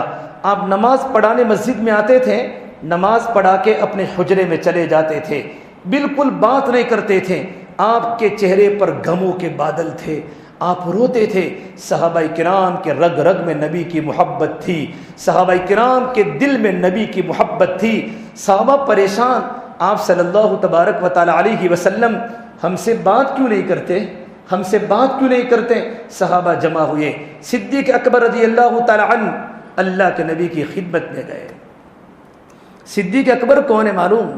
صدیق اکبر کون ہے؟ حدیث پاک میں ہے، اگر کوئی انسان زمین پر چلتی ہوئی زندہ لاش کو دیکھنا چاہے تب وہ قحافہ کے بیٹے ابو بکر کو دیکھ لے۔ زندگی میں کتنی عاجزی تھی، زندگی میں کتنا تواضع تھا۔ علامہ فخر الدین رازی نے تفسیر کبیر میں لکھا ہے کہ صدیق اکبر رضی اللہ تعالیٰ عنہ ایک مرتبہ ملک شام گئے تجارت کرنے کے لیے۔ آپ صلی اللہ تبارک و تعالیٰ علیہ وسلم 2 سال بڑے تھے، صدیق اکبر 2 سال چھوٹے تھے۔ وہاں جانے کے بعد انہوں نے خواب دیکھا، سپنا دیکھا، تو وہاں کے راہب، وہاں کے بڑے اللہ والے کو پوچھا، اس خواب کی تعبیر کیا ہے؟ تو راہب نے پوچھا، مسمک، آپ کا نام کیا ہے؟ اسم ابو بکر، میرا نام ابو بکر ہے۔ شغل، کاروبار کیا ہے؟ کہ میں تاجر ہوں۔ من عین، کہاں سے ہو؟ کہ مکۃ المکرمہ سے ہو۔ کیا آپ کی خواب کی تعبیر یہ ہے، آپ کے خواب کی تعبیر یہ ہے کہ محمد صلی اللہ تبارک و تعالی علیہ وسلم اللہ کے نبی بننے والے ہیں؟ انت تکون وزیرہ فی حیاتہ وتکون خلیفتہ بعد مماتہ، آپ ان کی زندگی میں ان کے وزیر بنو گے، اور اس نبی کے دنیا سے پردہ فرمانے کے بعد آپ ان کے خلیفہ بنو گے۔ ایک خواب کی تعبیر بتائی۔ ابھی میرے نبی نہیں بنے، نبوت کا دعویٰ نہیں کیا۔ آپ صلی اللہ تبارک و تعالی علیہ وسلم 40 سال میں آپ کو نبوت دی۔ صدیق اکبر فرماتے ہیں، لم یخبر احدا من الناس، میں نے خواب کی تعبیر کسی کو نہیں بتلائی، یہاں تک کہ میرے آقا صلی اللہ علیہ وسلم نے 40 سال میں نبوت کا دعویٰ کیا۔ ادعا النبوہ، آپ نے اللہ کے بندوں کو اللہ کے دین کی دعوت دی ہے۔ نبوت کا دعویٰ کیا ہے کس کے سامنے؟ غیروں کے سامنے۔ آپ نے جب نبوت کا دعویٰ کیا، آپ کی نبوت تو پہلے سے تھی، ابھی آدم علیہ السلام پیدا نہیں ہوئے تھے، اللہ نے میرے نبی کو نبوت دے دی تھی۔ فضل اعمال میں حضرت شیخ نے لکھا ہے کہ اللہ تبارک و تعالیٰ نے سورہ یاسین کو اور سورہ قیامہ کو دنیا کے اس کائنات کے ایک پیدا کرنے کے 1000 سال پہلے آپ نے سورہ یاسین کی تلاوت فرمائی۔ اللہ تعالیٰ نے، حضرت شیخ نے حدیث لکھی ہے، سورہ یاسین اللہ نے کائنات کے پیدا کرنے کے 1000 سال پہلے پڑھی ہے۔ اللہ نے کہا، یاسین والقرآن الحکیم، یاسین قرآن کے عظمتوں کی قسم، انک لمن المرسلین، تو میرا رسول ہے۔ ابھی اللہ کے نبی پیدا بھی نہیں ہوئے، مخلوق پیدا ہی نہیں ہوئی، تب سے میرے نبی کو نبوت مل چکی تھی۔ انک، کاف مخاطب کے لیے ہے، تو میرا رسول ہے۔ لیکن میرے نبی نے نبوت کو ظاہر کیا 40 سال میں۔ راستے میں جا رہے تھے، صدیق اکبر ملے، وہ کہا، صدیق اکبر ایمان قبول کر لے، اللہ نے مجھے نبی بنایا ہے، کلمہ پڑھ لے۔ ابو صدیق نے کیا فرمایا؟ مد دلیل علی ما تدعی یا محمد، تیرے نبوت کی دلیل کیا ہے کہ تو اللہ کا نبی ہے؟ نبوت کی دلیل کیا ہے کہ تو اللہ کا نبی ہے؟ تو بر وقت میرے نبی نے فرمایا، یا ابا بکر، رؤیا التی رأیتہا بالشام، میرے نبوت کی دلیل تیرا وہ خواب ہے جو تو نے ملک شام میں دیکھا تھا اور تو نے کسی کو نہیں بتایا تھا، تو نے کسی کو نہیں بتایا تھا۔ مجمع سمجھتا نہیں میری بات، علمی بات ہے، علمی بات ہے، سمجھو۔ دور بیٹھنے والے کبھی بات، میں پہنچ جاتا ہوں ہر جگہ پر، لیکن یہاں جس طرح مجمع بیٹھا ہے ایسا مجمع میں نے زندگی میں کبھی نہیں دیکھا۔ اس طرح مجمع ادھر ادھر جو بیٹھتا ہے میرے دماغ پر بہت رنجش ہو رہی ہے، اس سے بات کرنے والے کا دل متاثر ہو جاتا ہے۔ ہاں عذر ہے، مجبوری ہے، ضرور بیٹھے ٹیک لگا کر 2 گھنٹہ اللہ نے جوانی دی ہو۔ سرکار پوری رات اللہ کے سامنے کھڑے ہو کر نماز پڑھتے تھے کہ پیروں پر ورم آ جاتے تھے۔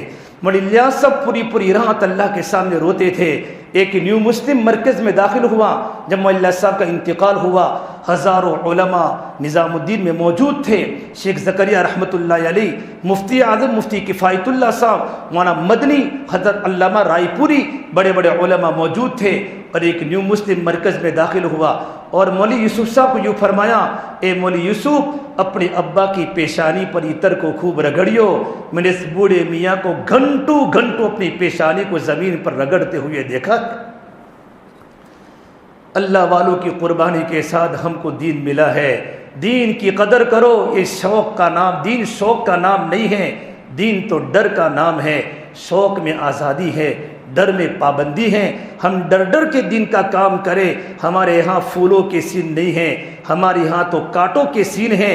یہ کام چالاکیوں کا نہیں ہے، یہ کام تو قربانیوں کا ہے، یہ کام جان بچانے کا نہیں ہے، یہ کام تو جان کھپانے کا ہے۔ صحابہ نے راہ خدا میں اپنی لاشیں بھی چلائی ہیں۔ مولانا عمر صاحب پالم پوری فرماتے تھے، بلند اپنے اخلاق کرتا چلا جا، زمانے کے دلوں میں اترتا چلا جا، ادھر زخم پہ زخم کھاتا چلا جا، ادھر سارے عالم پہ چھاتا چلا جا، دنیا تجھ کو یاد کر کے روے تو دنیا سے مسکراتا چلا جا۔ تیری قربانی کو دیکھ لوگ آنکھوں سے آنسو بہاتے ہو۔ ہماری بزرگوں نے یہ زندگی گزاری۔ حضرت علی الیاس صاحب روتے روتے قبر میں گئے، مولانا یوسف صاحب روتے روتے قبر میں گئے، عمر صاحب روتے روتے قبر میں گئے، حضرت انعام صاحب روتے روتے قبر میں گئے، حضرت گنگو جی روتے روتے قبر میں گئے۔ ہمارا قبر میں کیا ہوگا؟ زندگی دین کے پیچھے، مدارس کے پیچھے، علم کے پیچھے، علماء کرام کی ادب اور قدر کے پیچھے زندگی کی گاڑیاں گزر گئی، تب بھی اللہ کا ڈر ان کی زندگی میں موجود تھا۔ ابو بکر صدیق نے فرمایا، میرے نبی نے کہا، وہ صدیق کو فرمایا، میرے نبوت کی دلیل تیرا وہ خواب ہے جو تو نے ملک شام میں دیکھا تھا اور تو نے کسی کو نہیں بتایا تھا۔ اتنا کہنا تھا، ابو بکر صدیق کھڑے ہوئے، فاعتنقہ، میرے نبی سے معانقہ کیا، وقبل بین اعین الناس، اور اللہ کے نبی کی پیشانی پر بوسہ دیا۔ یہ ہے صدیق اکبر۔ میرے آقا ناراض ہے، بات نہیں کرتے۔ صدیق اکبر رضی اللہ تعالیٰ عنہ کے گھر پر جا کر دروازہ کھٹکھٹایا، یا رسول اللہ، یا رسول اللہ افتح الباب، دروازہ کھولو۔ میرے نبی نے کوئی جواب نہیں دیا، سلام کا جواب اندر آہستہ سے دیا۔ صدیق اکبر روتے روتے واپس آ گئے۔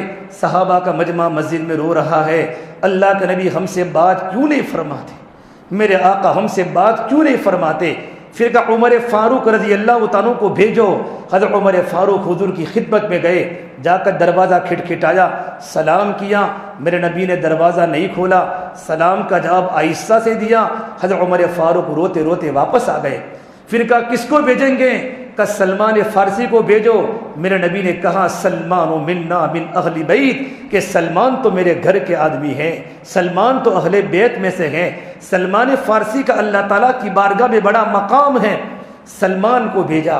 میرے آقا نے دروازہ نہیں کھولا۔ پھر مشورہ ہوا حضرت علی رضی اللہ تعالیٰ کو بھیجا جائے، یہ اللہ کے نبی کے کزن بھی ہیں، اللہ کے نبی کے صحابی بھی ہیں، اللہ کے نبی کے گھر پر بڑے ہوئے ہیں، ان کو بھیجا جائے۔ تو حضرت علی نے فرمایا نہیں مجھے مت بھیجو، میرے نبی کی بیٹی فاطمہ کو بھیجو، میری بیوی فاطمہ کو بھیجو۔ حضرت فاطمہ حضور کے گھر پر گئی ہیں، جا کر دروازہ کھٹکھٹایا۔ آپ سمجھ گئے یہ میری بیٹی فاطمہ کی کھٹکھٹانے کی آواز ہے۔ آپ نے دروازہ کھولا تو میرے آقا صلی اللہ علیہ وسلم سجدے میں پڑے ہوئے تھے، روتے روتے آنکھیں لال ہو چکی تھی۔ جب فاطمہ داخل ہوئی تو آپ کی داڑھی روتے روتے تربتر ہو چکی تھی۔ کہ یا ابتا ابا جان آپ کیوں رو رہے ہیں؟ آپ کے چہرے پر غم کے بادل ہے، آپ کے آنکھوں میں آنسو ہے۔ کہ بیٹا فاطمہ میں کیوں نہ رہوں؟ جبرائیل میرے پاس آئے تھے اور جبرائیل نے مجھے یوں کہا تھا، اے محمد صلی اللہ علیہ وسلم، آپ کی گنہگار امت کو جہنم کے اوپر کے طبقے میں ڈالا جائے گا، میری امت جہنم میں جاوے میں کیسے برداشت کر سکتا ہوں؟ میں پوری رات اللہ کو مناتا رہا، سجدے میں اللہ کے سامنے روتا رہا، یا اللہ تو میری امت کو معاف فرما دے، یا اللہ میری امت کو معاف فرما دے۔ بھائیو، اس نبی کو اس امت کے ساتھ وہ لگاؤ ہے۔ آپ صلی اللہ تبارک و تعالی علیہ وسلم 11 ذی الحجہ، آپ سن ہجری 11 میں 11 ذی الحجہ آپ حج کے سفر میں ہیں، اپنے خیمے میں آرام فرما ہے، اور ایک کلام اللہ کی آیت نازل ہوئی، اذا جاء نصر اللہ والفتح ورأیت الناس يدخلون فی دین اللہ افواجا۔ ان صورت میں اللہ کی طرف سے میسیج تھا، نبی جی آپ کا کام مکمل ہو چکا ہے، آپ کا مشن مکمل ہو چکا ہے، آپ ہمارے پاس آنے کی تیاری کریں۔ آپ اپنے خیمے سے اٹھیں، آپ نے 3 جمرات کی رمی فرمائی، اور 3 جمرات کی رمی فرمانے کے بعد آپ مسجد میں آ کر آپ نے عجیب خطبہ دیا، اور اے لوگو عسیٰ اللہ تلقانی بعد عامی ھذا، اے لوگو ہو سکتا ہے میری تمہاری آخری ملاقات ہو، میری اور تمہاری آخری ملاقات ہو۔ پھر میرے نبی نے کہا، میرے صحابہ کی جماعت، میں نے تمہارے ساتھ زندگی کا بہت وقت گزارا ہے، تمہارے ساتھ سویا بھی ہو، بیٹھا بھی ہو، سفر بھی کیے ہیں، حضر میں ساتھ میں رہا ہوں، اگر میرا کوئی پیسے کا لین دین باقی ہو، یا میں نے تم کو کبھی کوئی گالی بولی ہو، نبی کبھی کسی کو گالی نہیں بولتا، کبھی کوئی دکھ پہنچایا ہو، آج مجھے معاف کر لو، یا مجھ سے بدلہ لے لو، کل قیامت کے میدان میں تمہارے نبی کو بدلہ دینے کی طاقت نہیں ہوگی۔ پورا صحابہ کا مجمع رو رہا ہے، کوئی کھڑا نہیں ہوا۔ آپ نے ظہر کی نماز پڑھائی، اور ظہر کی نماز پڑھانے کے بعد پھر آپ نے پھر خطبہ دیا، اے لوگو جس کا جو بھی بدلہ باقی ہے میرے پاس آ کر بدلہ لے لے، میں کل قیامت کے میدان میں مجھے بدلہ دینے کی طاقت نہیں ہوگی۔ ایک صحابی کھڑے ہوئے، یا رسول اللہ میرے آپ پر 3 درہم لینے کے باقی ہیں، میرے آپ پر 3 درہم لینے کے باقی ہیں۔ تو میرے نبی نے فرمایا، میرے صحابی مجھے پتہ نہیں، ضرور لینے کے باقی ہوں گے، لیکن کب دیے تھے؟ کہ یا رسول اللہ میں تمہارے پاس بیٹھا ہوا تھا، ایک سائل مانگنے والا آیا، اس نے کہا یا رسول اللہ مجھے کچھ دیجئے، آپ کے پاس کچھ نہیں تھا، تو آپ نے مجھے کہا اے میرے صحابی تم 3 درہم اس کو دے دو، میں آپ کو چکا دوں گا۔ تو میرے نبی نے کہا ہاں مجھے یاد آ چکا، لیکن آپ کے پاس تو 1 روپیہ بھی نہیں تھا۔ پھر آپ نے اپنی کزن فضل بن عباس کو کہا، فضل تم میرا قرضہ چکاؤ گے؟ فضل تم میرا قرضہ چکاؤ گے؟ اس نبی کو دنیا سے جانے کے پہلے جیب میں 1 روپیہ نہیں ہے، جس کے لیے سورج و چاند کو بنایا، زمین و آسمان کو بنایا، زندگی سادگی کے ساتھ گزاری۔ آپ صلی اللہ علیہ وسلم اللہ کے راستے میں ہے، اور کسی نے کہا یا رسول اللہ آپ کی بیٹی فاطمہ کتنے دنوں سے بیمار ہے، علاج کے لیے پیسے نہیں ہیں۔ آپ اللہ کے راستے کے سفر میں تھے، جب جہاد کا وقت پورا ہوا آپ نے ایک صحابی عمران بن حسین عرب کے سردار کو ساتھ لیا، اور اپنے بیٹی کے گھر پر جا کر دروازہ کھٹکھٹایا، اندر سے آواز آئی من فی الباب، کون ہے میرے دروازے پر؟ کہا بیٹا فاطمہ تیرے ابو محمد صلی اللہ علیہ وسلم تیرے گھر پر تیری عیادت کے لیے آئے ہوئے ہیں۔ کھجور کا بنا ہوا چھپر کا مکان تھا۔ حضرت فاطمہ نے کہا یا ابتا، ابا جان کہ آپ کے ساتھ کوئی اور صحابی بھی ہیں کہ میرے ساتھ عمران بن حسین آئے ہیں؟ تو اندر سے فاطمہ نے جواب دیا ابا جان میرے پاس اس سطر کو چھپانے کے لیے مکمل کپڑا بھی موجود نہیں ہے۔ نبی کی بیٹی کے پاس بدن کو ڈھانکنے کے لیے کپڑا موجود نہ ہو، ہماری بیٹی شادی کے موقع پر 32 ہزار کا جوڑا پہنتی ہے، ہمارا نوجوان شادی کے موقع پر 50 ہزار کے سوٹ پہنتا ہے۔ اس نبی کی بیٹی جنت کی عورتوں کی سردار، میرے نبی نے کہا فاطمہ بضعۃ منی، فاطمہ میرے جگر کا ٹکڑا ہے۔ جس نے میری بیٹی فاطمہ سے محبت کی اس نے مجھ سے محبت کی، جس نے مجھ سے محبت کی وہ میرے ساتھ جنت میں داخل ہوگی۔ اس نبی کی بیٹی کے پاس علاج کے لیے پیسے نہیں، سطر چھپانے کے لیے کپڑا نہیں۔ جب میرے آقا نے اپنی بیٹی کا دکھڑا سنا ہے، میرے آقا کو چکر آ گئے۔ تھوڑی دیر کے بعد روتے روتے آپ کے بدن پر 2 چادریں تھی، ایک لنگی کی شکل میں پہنی ہوئی تھی، ایک اوپر چادر پہنی ہوئی تھی۔ آپ نے اپنے اوپر کی چادر کو اتارا کہ بیٹا فاطمہ اس سے پردہ کر لے۔ تھوڑی دیر کے بعد آپ صلی اللہ علیہ وسلم گھر میں داخل ہوئے ہیں۔ گھر کا عجیب منظر ہے، حضرت فاطمہ ٹاٹ پر سوئی ہوئی ہے۔ بارش کے موسم میں ہمارے گھروں کے آگے جو ٹاٹ نہیں ہوتا، ایسا ٹاٹ پر جنت کی عورتوں کی سردار فاطمہ سوئی ہوئی ہیں۔ آپ نے اپنی بیٹی کے سر پر ہاتھ رکھا تو بدن بالکل گرم تھا۔ پوچھا کیف حالک یا فاطمہ، فاطمہ بیٹا تیری طبیعت کیسی ہے؟ حضرت فاطمہ نے روتے روتے جواب دیا، ابا جان 7 دن ہو چکے ہیں آپ کی بیٹی فاطمہ کو روٹی کا ٹکڑا کھانے کو نہیں ملا۔ ہے کوئی بھروچ کے گھر جس میں گھر میں کھانے کے فاقے ہو؟ نبی کی بیٹی 7 دن سے بھوکی ہے، بیمار ہے، علاج کے لیے پیسے نہیں ہیں۔ حضرت علی اللہ کے دین کے تقاضے پر ہے۔ جب نبی کی بیٹی فاطمہ نے میرے نبی کے کندھے پر سر رکھ کر رونا شروع کیا، ٹپ ٹپ آنسو گرنے لگے تو میرے نبی کا بندن کھول گیا۔ آقا روتے روتے فرمایا، بیٹی فاطمہ مت رو، والذی بعث اباک بالحق ما ذقت من 3 ایام فواقا، میری بیٹی اس ذات کی قسم جس کے قول محمد عربی کی جان ہے، بیٹا فاطمہ 3 دن ہو چکے ہیں تیرے ابا محمد صلی اللہ علیہ وسلم کو ایک روٹی کا لقمہ چکھنے کو نہیں ملا۔ کہا بیٹا تجھے صبر کرنا ہوگا، مجھے صبر کرنا ہوگا۔ نبی اپنی بیٹی کو تسلی دے رہا ہے، اے میری بیٹی اللہ نے مجھے ایک کلمہ دیا ہے، ایک دین دیا ہے، وہ کلمہ دنیا کے ہر کچے مکان میں جاوے گا، ہر پکے مکان میں جاوے گا۔ میری بیٹی فاطمہ جہاں جہاں رات کے اندھیرے جاتے ہیں، جہاں جہاں سورج کی روشنی جاتی ہے، وہ یہ کلمہ پہنچ کے رہے گا۔ آج ہمارے پاس جو اللہ کا دین ہے، ہمارے جوان بچوں کے چہروں پر داڑیاں ہیں، ان کے سروں پر ٹوپیاں ہیں، یہ اللہ کے نبی کے گھرانوں کی قربانیاں ہیں۔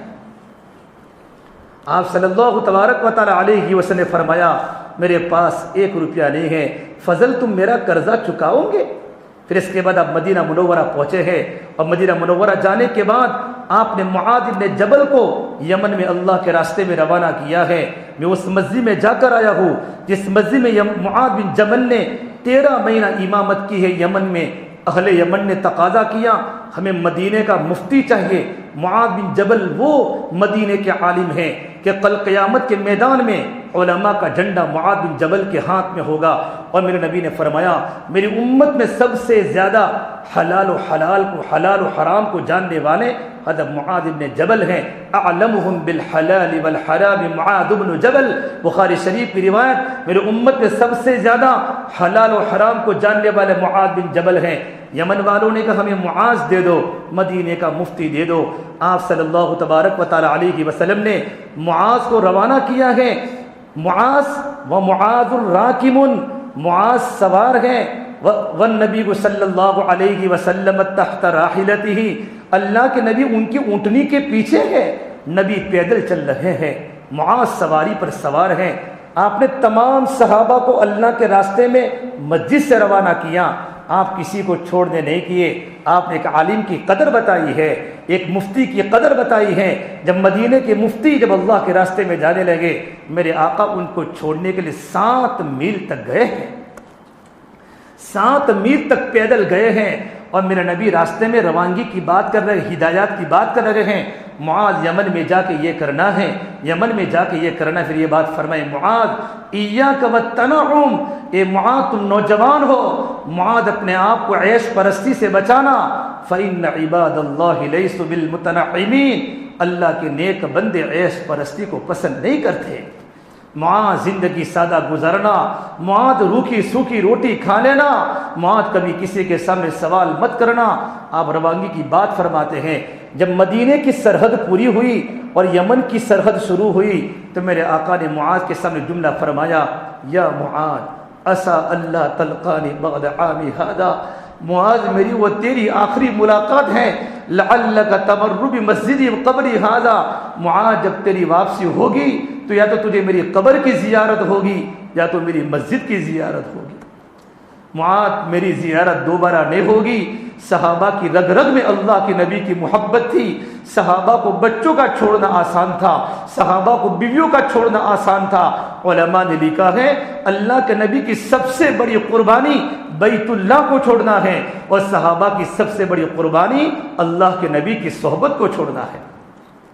جب یہ بات فرمائی فبکا معاذ جشعا لفراق رسول اللہ صلی اللہ علیہ وسلم، حضرت معاذ رونے لگے، آپ نے اپنا چہرہ مدینے کی طرف کر دیا، معاذ کا چہرہ یمن کی طرف ہے اور آپ بھی رو رہے ہیں، اور آپ نے یوں نے کہا معاذ تم واپس مدینے آ جاؤ، کہ معاذ تم یمن جاؤ، پھر معاذ تم مت رو، ان اول الناس بی المتقون من کانوا وحیث کانوا، اے معاذ کل قیامت کے میدان میں سب سے زیادہ مجھ سے قریب وہ ہوگا جس کی زندگی میں اللہ کا ڈر ہوگا، جس کی زندگی میں تقوی ہوگا، جس کی زندگی میں راتوں کو رونا ہوگا، جو حرام بول سے بچتا ہوگا، حرام کاموں سے بچتا ہوگا۔ پھر آپ صلی اللہ تبارک و تعالی علیہ وسلم 29 صفر کے دن ایک انصاری صحابی کا انتقال ہوا، آپ ان کی نماز جنازہ پڑھانے تشریف لے گئے۔ نماز جنازہ پڑھانے کے بعد آپ کے سر میں درد ہوا، آپ کے سر میں درد ہوا، اور آپ نے یوں کہا وا رأسا، اور آپ کو تیز بخار لگ گیا، بدن ٹوٹنے لگا، آپ کو گھر پر لایا گیا۔ حضرت عائشہ کے گھر میں آپ کی باری تھی، اس وقت آپ بہت بیمار تھے۔ پھر آپ نے پوچھا کل کس کی باری ہے، پرسوں کس کی باری ہے؟ اب مدینے میں آپ کی 9 بیویاں تھیں، اب ہر دن ہر بیوی کے پاس رات گزارتے تھے، تو عورتیں سمجھ گئی کہ میرے آقا کیوں پوچھتے ہیں، میرے آقا بیماری کے دن حضرت عائشہ کے پاس گزارنا چاہتے ہیں، کہ یا رسول اللہ آپ عائشہ کے پاس بیماری کے دن گزارنا چاہتے ہیں؟ کہ ہاں میں عائشہ کے پاس گزارنا چاہتا ہوں۔ تو عورتوں نے کہا اللہ کے نبی ہم نے ہماری باری کو معاف کر دیا، لیکن تندرستی جب آ جاوے تو آپ اپنی باری کو دوبارہ شروع کر لینا۔ آپ نے بیویوں کا شکر ادا کر لیا، اے میرے نبی کا عدل ہے، ہر عورت کے ساتھ انصاف ہے۔ علماء نے لکھا ہے 2 نکاح کرنے کی اجازت ہے، لیکن اگر انصاف نہ کر سکو تو قرآن کہتا ہے وَإِنْ خِفْتُمْ أَلَّا تَعْدِلُوا فَوَاحِدَةً، اگر انصاف نہ کر سکو تو ایک ہی کافی ہے۔ علماء نے لکھا ہے جس نے 2 شادیاں کی، 3 شادیاں کی، اور انصاف بیویوں کے درمیان نہ کیا اور بیویاں ناراض ہوتی رہی، تو کل قیامت کے میدان میں ہزاروں حج کرنے کے باوجود بھی آدھا فالح زدہ اللہ کے سامنے کھڑا ہوگا، اس کا آدھا بدن لقوے کے ساتھ ہوگا، فالح کے ساتھ ہوگا۔ پھر میں آقا صلی اللہ تبارک و تعالی علیہ وسلم بیٹھے ہوئے تھے، اور آپ نے کہا 7 کنووں کا پانی منگواؤ۔ 7 کنووں سے پانی لایا گیا۔ حضرت عائشہ کے پاس تو ٹپ نہیں تھا، حفصہ کے گھر سے ٹپ کو لایا گیا اور تھوڑا تھوڑا پانی اس میں ڈالا گیا، پھر میرے آقا کے سر پر ڈالا گیا تو تھوڑا بخار آپ کا ہلکا ہوا۔ پھر آپ نے کہا میرے صحابہ میرے پاس آ جاؤ۔ پھر آپ نے صحابہ کو دعائیں دی، اللہ تمہاری حفاظت کرے، حفظکم اللہ، سلمکم اللہ، آواکم اللہ، اللہ تمہیں ٹھکانہ دے، اللہ تم کو فتنوں سے بچاوے۔ ابن مسعود نے کہا یا رسول اللہ آپ کی بات سے ایسا لگتا ہے آپ کو دنیا سے جانے کا وقت آ چکا ہے۔ کہا یا رسول اللہ، اب میرے نبی پھر رونے لگے، مسعود آ چکا ہے، کہ یا رسول اللہ اگر آپ دنیا سے پردہ فرما گئے تو آپ کو غسل کون دے گا؟ تو میرے نبی نے کہا اہل بیت۔ آپ کو کفن کون دے گا؟ تو کہا اہل بیت۔ پھر میرے آقا صلی اللہ تبارک و تعالی علیہ وسلم نماز پڑھانے لگے۔ میں زیادہ وقت نہیں لوں گا، 10 منٹ خالی۔ میرے آقا صلی اللہ تبارک و تعالی علیہ وسلم نماز پڑھانے مسجد میں آتے تھے۔ جمعرات کا دن، پیر کو آپ کا انتقال ہوا، جمعرات کے دن آپ عشاء کی نماز پڑھانے کے لیے آپ کھڑے ہوئے، آپ پھر بیٹھ گئے، چلنے کی طاقت نہیں تھی، بدن ٹوٹ رہا تھا، تیز بخار تھا، پھر اٹھے، پھر ہمت نہیں ہوئی، پھر اٹھے، پھر ہمت نہیں ہوئی، تو آپ نے کہا ابو بکر کو کہو کہ میری جگہ پر نماز پڑھاوے۔ عمر فاروق وہی کھڑے تھے مصلی کے قریب، لوگوں نے کہا نمازی پڑھانی ہے، تو عمر فاروق کو آگے کر دیا، تو اندر سے آواز آئی عمر کو پیچھے کرو، ابو بکر کو آگے کرو، میرا اللہ ابو بکر کی امامت کو پسند کرتا ہے۔ یہ خلافت کی طرف اشارہ تھا۔ پھر صدیق اکبر رضی اللہ تعالیٰ عنہ نمازیں پڑھاتے رہے، میرے آقا صلی اللہ تبارک و تعالی علیہ وسلم گھر میں رہے۔ آپ کا پیر کا دین آیا، آپ کو اچھی تندرستی ہو گئی۔ صدیق اکبر اپنی بیوی کی ملاقات میں قوالی میں چلے گئے، آپ کو اچھی تندرستی لگنے لگی، تو آپ نے اپنی بیویوں کو بلایا اور بیویوں کے سامنے آپ نے معافی صافی کی۔ اس کے بعد آپ نے حضرت علی کو بلایا، اس کے بعد آپ نے فاطمہ کو بلایا۔ آپ کی بیٹی فاطمہ آئی، آپ کو بڑا پیار تھا۔ اور فاطمہ نے دیکھا میرے نبی کے سر پر سر کا پٹی بندھی ہوئی ہے، سر میں درد ہے، تو یہ کہا واہ کربا ابی، ہائے میرے ابا کا غم، ہائے میرے ابا کی تکلیف۔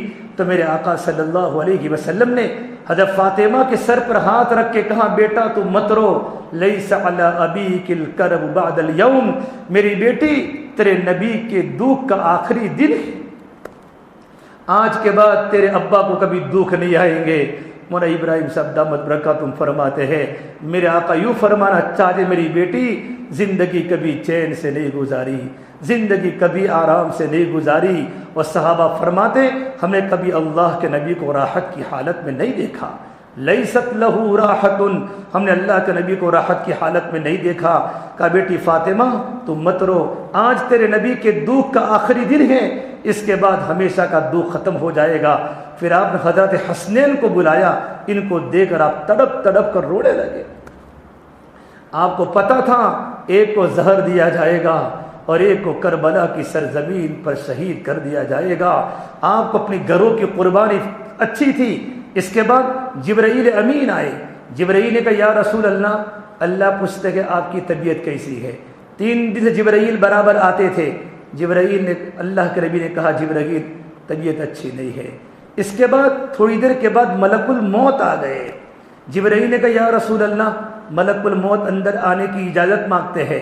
آپ نے کہا اندر آؤ، تو ملک الموت نے اندر آ کر سلام کیا، السلام علیک ایھا النبی ورحمۃ اللہ وبرکاتہ۔ پھر کہا یا رسول اللہ، یہ زندگی میں پہلی وہ ہستی ہے آپ کہ آپ کو میں نے سلام کیا ہے، اس کے پہلے میں نے کسی نبی کو بھی سلام نہیں کیا ہے۔ پھر کہا میرے اللہ نے مجھے کہا ہے کہ میرے نبی کو پوچھنا، اگر وہ کہے تو روح قبضہ کرنا، اگر وہ نہ کہے تو روح قبضہ مت کر دینا۔ تو میرے نبی نے کہا جبرائیل تمہاری کیا رائے ہے؟ تو جبرائیل نے کہا یا رسول اللہ، اللہ تعالیٰ آپ کی ملاقات کی شوق میں ہے، آسمان کی مخلوق آپ کی ملاقات کے شوق میں ہے۔ تو میرے نبی نے اسی وقت فرمایا جبرائیل میرے اللہ کو جا کر کہہ دو میرے جانے کے بعد میری امت کا کیا ہوگا، میرے جانے کے بعد میری امت کا کیا ہوگا۔ جبرائیل دوڑے دوڑے اللہ کے پاس پہنچے، اللہ کو سب کچھ پتا تھا، لیکن اللہ نے کہا جبرائیل میرے نبی کو جا کر کہہ دو میرے تیرے جانے کے بعد ہم آپ کی امت کو اکیلا نہیں چھوڑیں گے۔ پھر کہا میرے نبی نے اللہ بالرفیق الاعلی، اللہ بالرفیق الاعلی، اے اللہ تو مجھے اپنے پاس بلا دے، مجھے اپنے پاس بلا دے۔ اور آپ دنیا سے پردہ فرما چکے، دنیا سے پردہ فرما چکے۔ میرے بھائیوں جس وقت آپ نے دنیا سے پردہ فرمایا ہے لمبی بات ہے، صدیق اکبر آئے اور آپ کو سنا دیا گیا۔ ابو بکر صدیق جلدی جلدی آئے اور چادر کو ہٹا کر کہا یا رسول اللہ طبت حیا و طبت میتا، زندگی اچھی حالت میں گزاری، موت اچھی حالت میں گزاری۔ ابو بکر کی 100 جانیں ہوتی اور اگر 100 جان قربان کر کے اگر آپ کی جان بچ جاتی تو اللہ تبارک و تعالیٰ میں ابو بکر 100 جانوں کو اللہ کے نام پر قربان کر لیتا۔ ہم اللہ کے فیصلے پر راضی ہے۔ میرے بھائیوں جب میرے آقا جب دنیا سے پردہ فرما چکے، ایک صحابی کو پتہ چلا کھجور کی ٹہنی پر کھجور توڑ رہے تھے، یا اللہ مجھے معلوم پڑا میرے نبی دنیا میں نہیں ہے، اب مجھے آنکھوں کی ضرورت نہیں ہے، میں نبی کے بغیر آنکھوں کو کیا کروں، اللہ میری آنکھوں کی بینائی کو سلب کر لے۔ ابھی کھجور سے نیچے اترے بھی نہیں تھے کہ وہ آنکھوں سے نابینا ہو چکے۔ رات کا وقت تھا، مدینہ منورہ میں اندھیرا ہے، ہزاروں صحابہ کا مجمع رو رہا ہے۔ تو حضرت عمر نے حضرت عائشہ کو فرمایا ارے عائشہ چراغ تو جلاؤ، ہزاروں صحابہ آپس میں اندھیرے میں ٹکرا رہے ہیں مدینے میں۔ حضرت عائشہ نے روتے روتے فرمایا عمر نبی کے گھر میں چراغ کہاں سے لاؤں، نبی کے گھر میں چراغ موجود نہیں ہے۔ حضرت عمر نے پوچھا پھر میرے آقا زندگی کیسے گزارا کرتے تھے؟ حضرت عائشہ نے فرمایا جب میرے نبی کے پاس تیل ہوتا تھا تو مارے بھوک کے میرے آقا تیل پی جاتے تھے۔ میرے نبی کو جب قبر میں اتارا گیا، میں مختصر کہہ رہا ہوں، جب قبر میں اتارا گیا، قبر میں اتارنے والے فضل بن عباس تھے، حضرت عباس تھے، آپ کے غلام شقران تھے، حضرت علی تھے۔ فضل بن عباس فرماتے ہیں جب میرے نبی کو جب کفن میں لٹایا گیا، قبر میں اتارا گیا، میرے دل کی تمنا ہوئی کہ میں آخری نبی کے چہرے کی زیارت کر لوں۔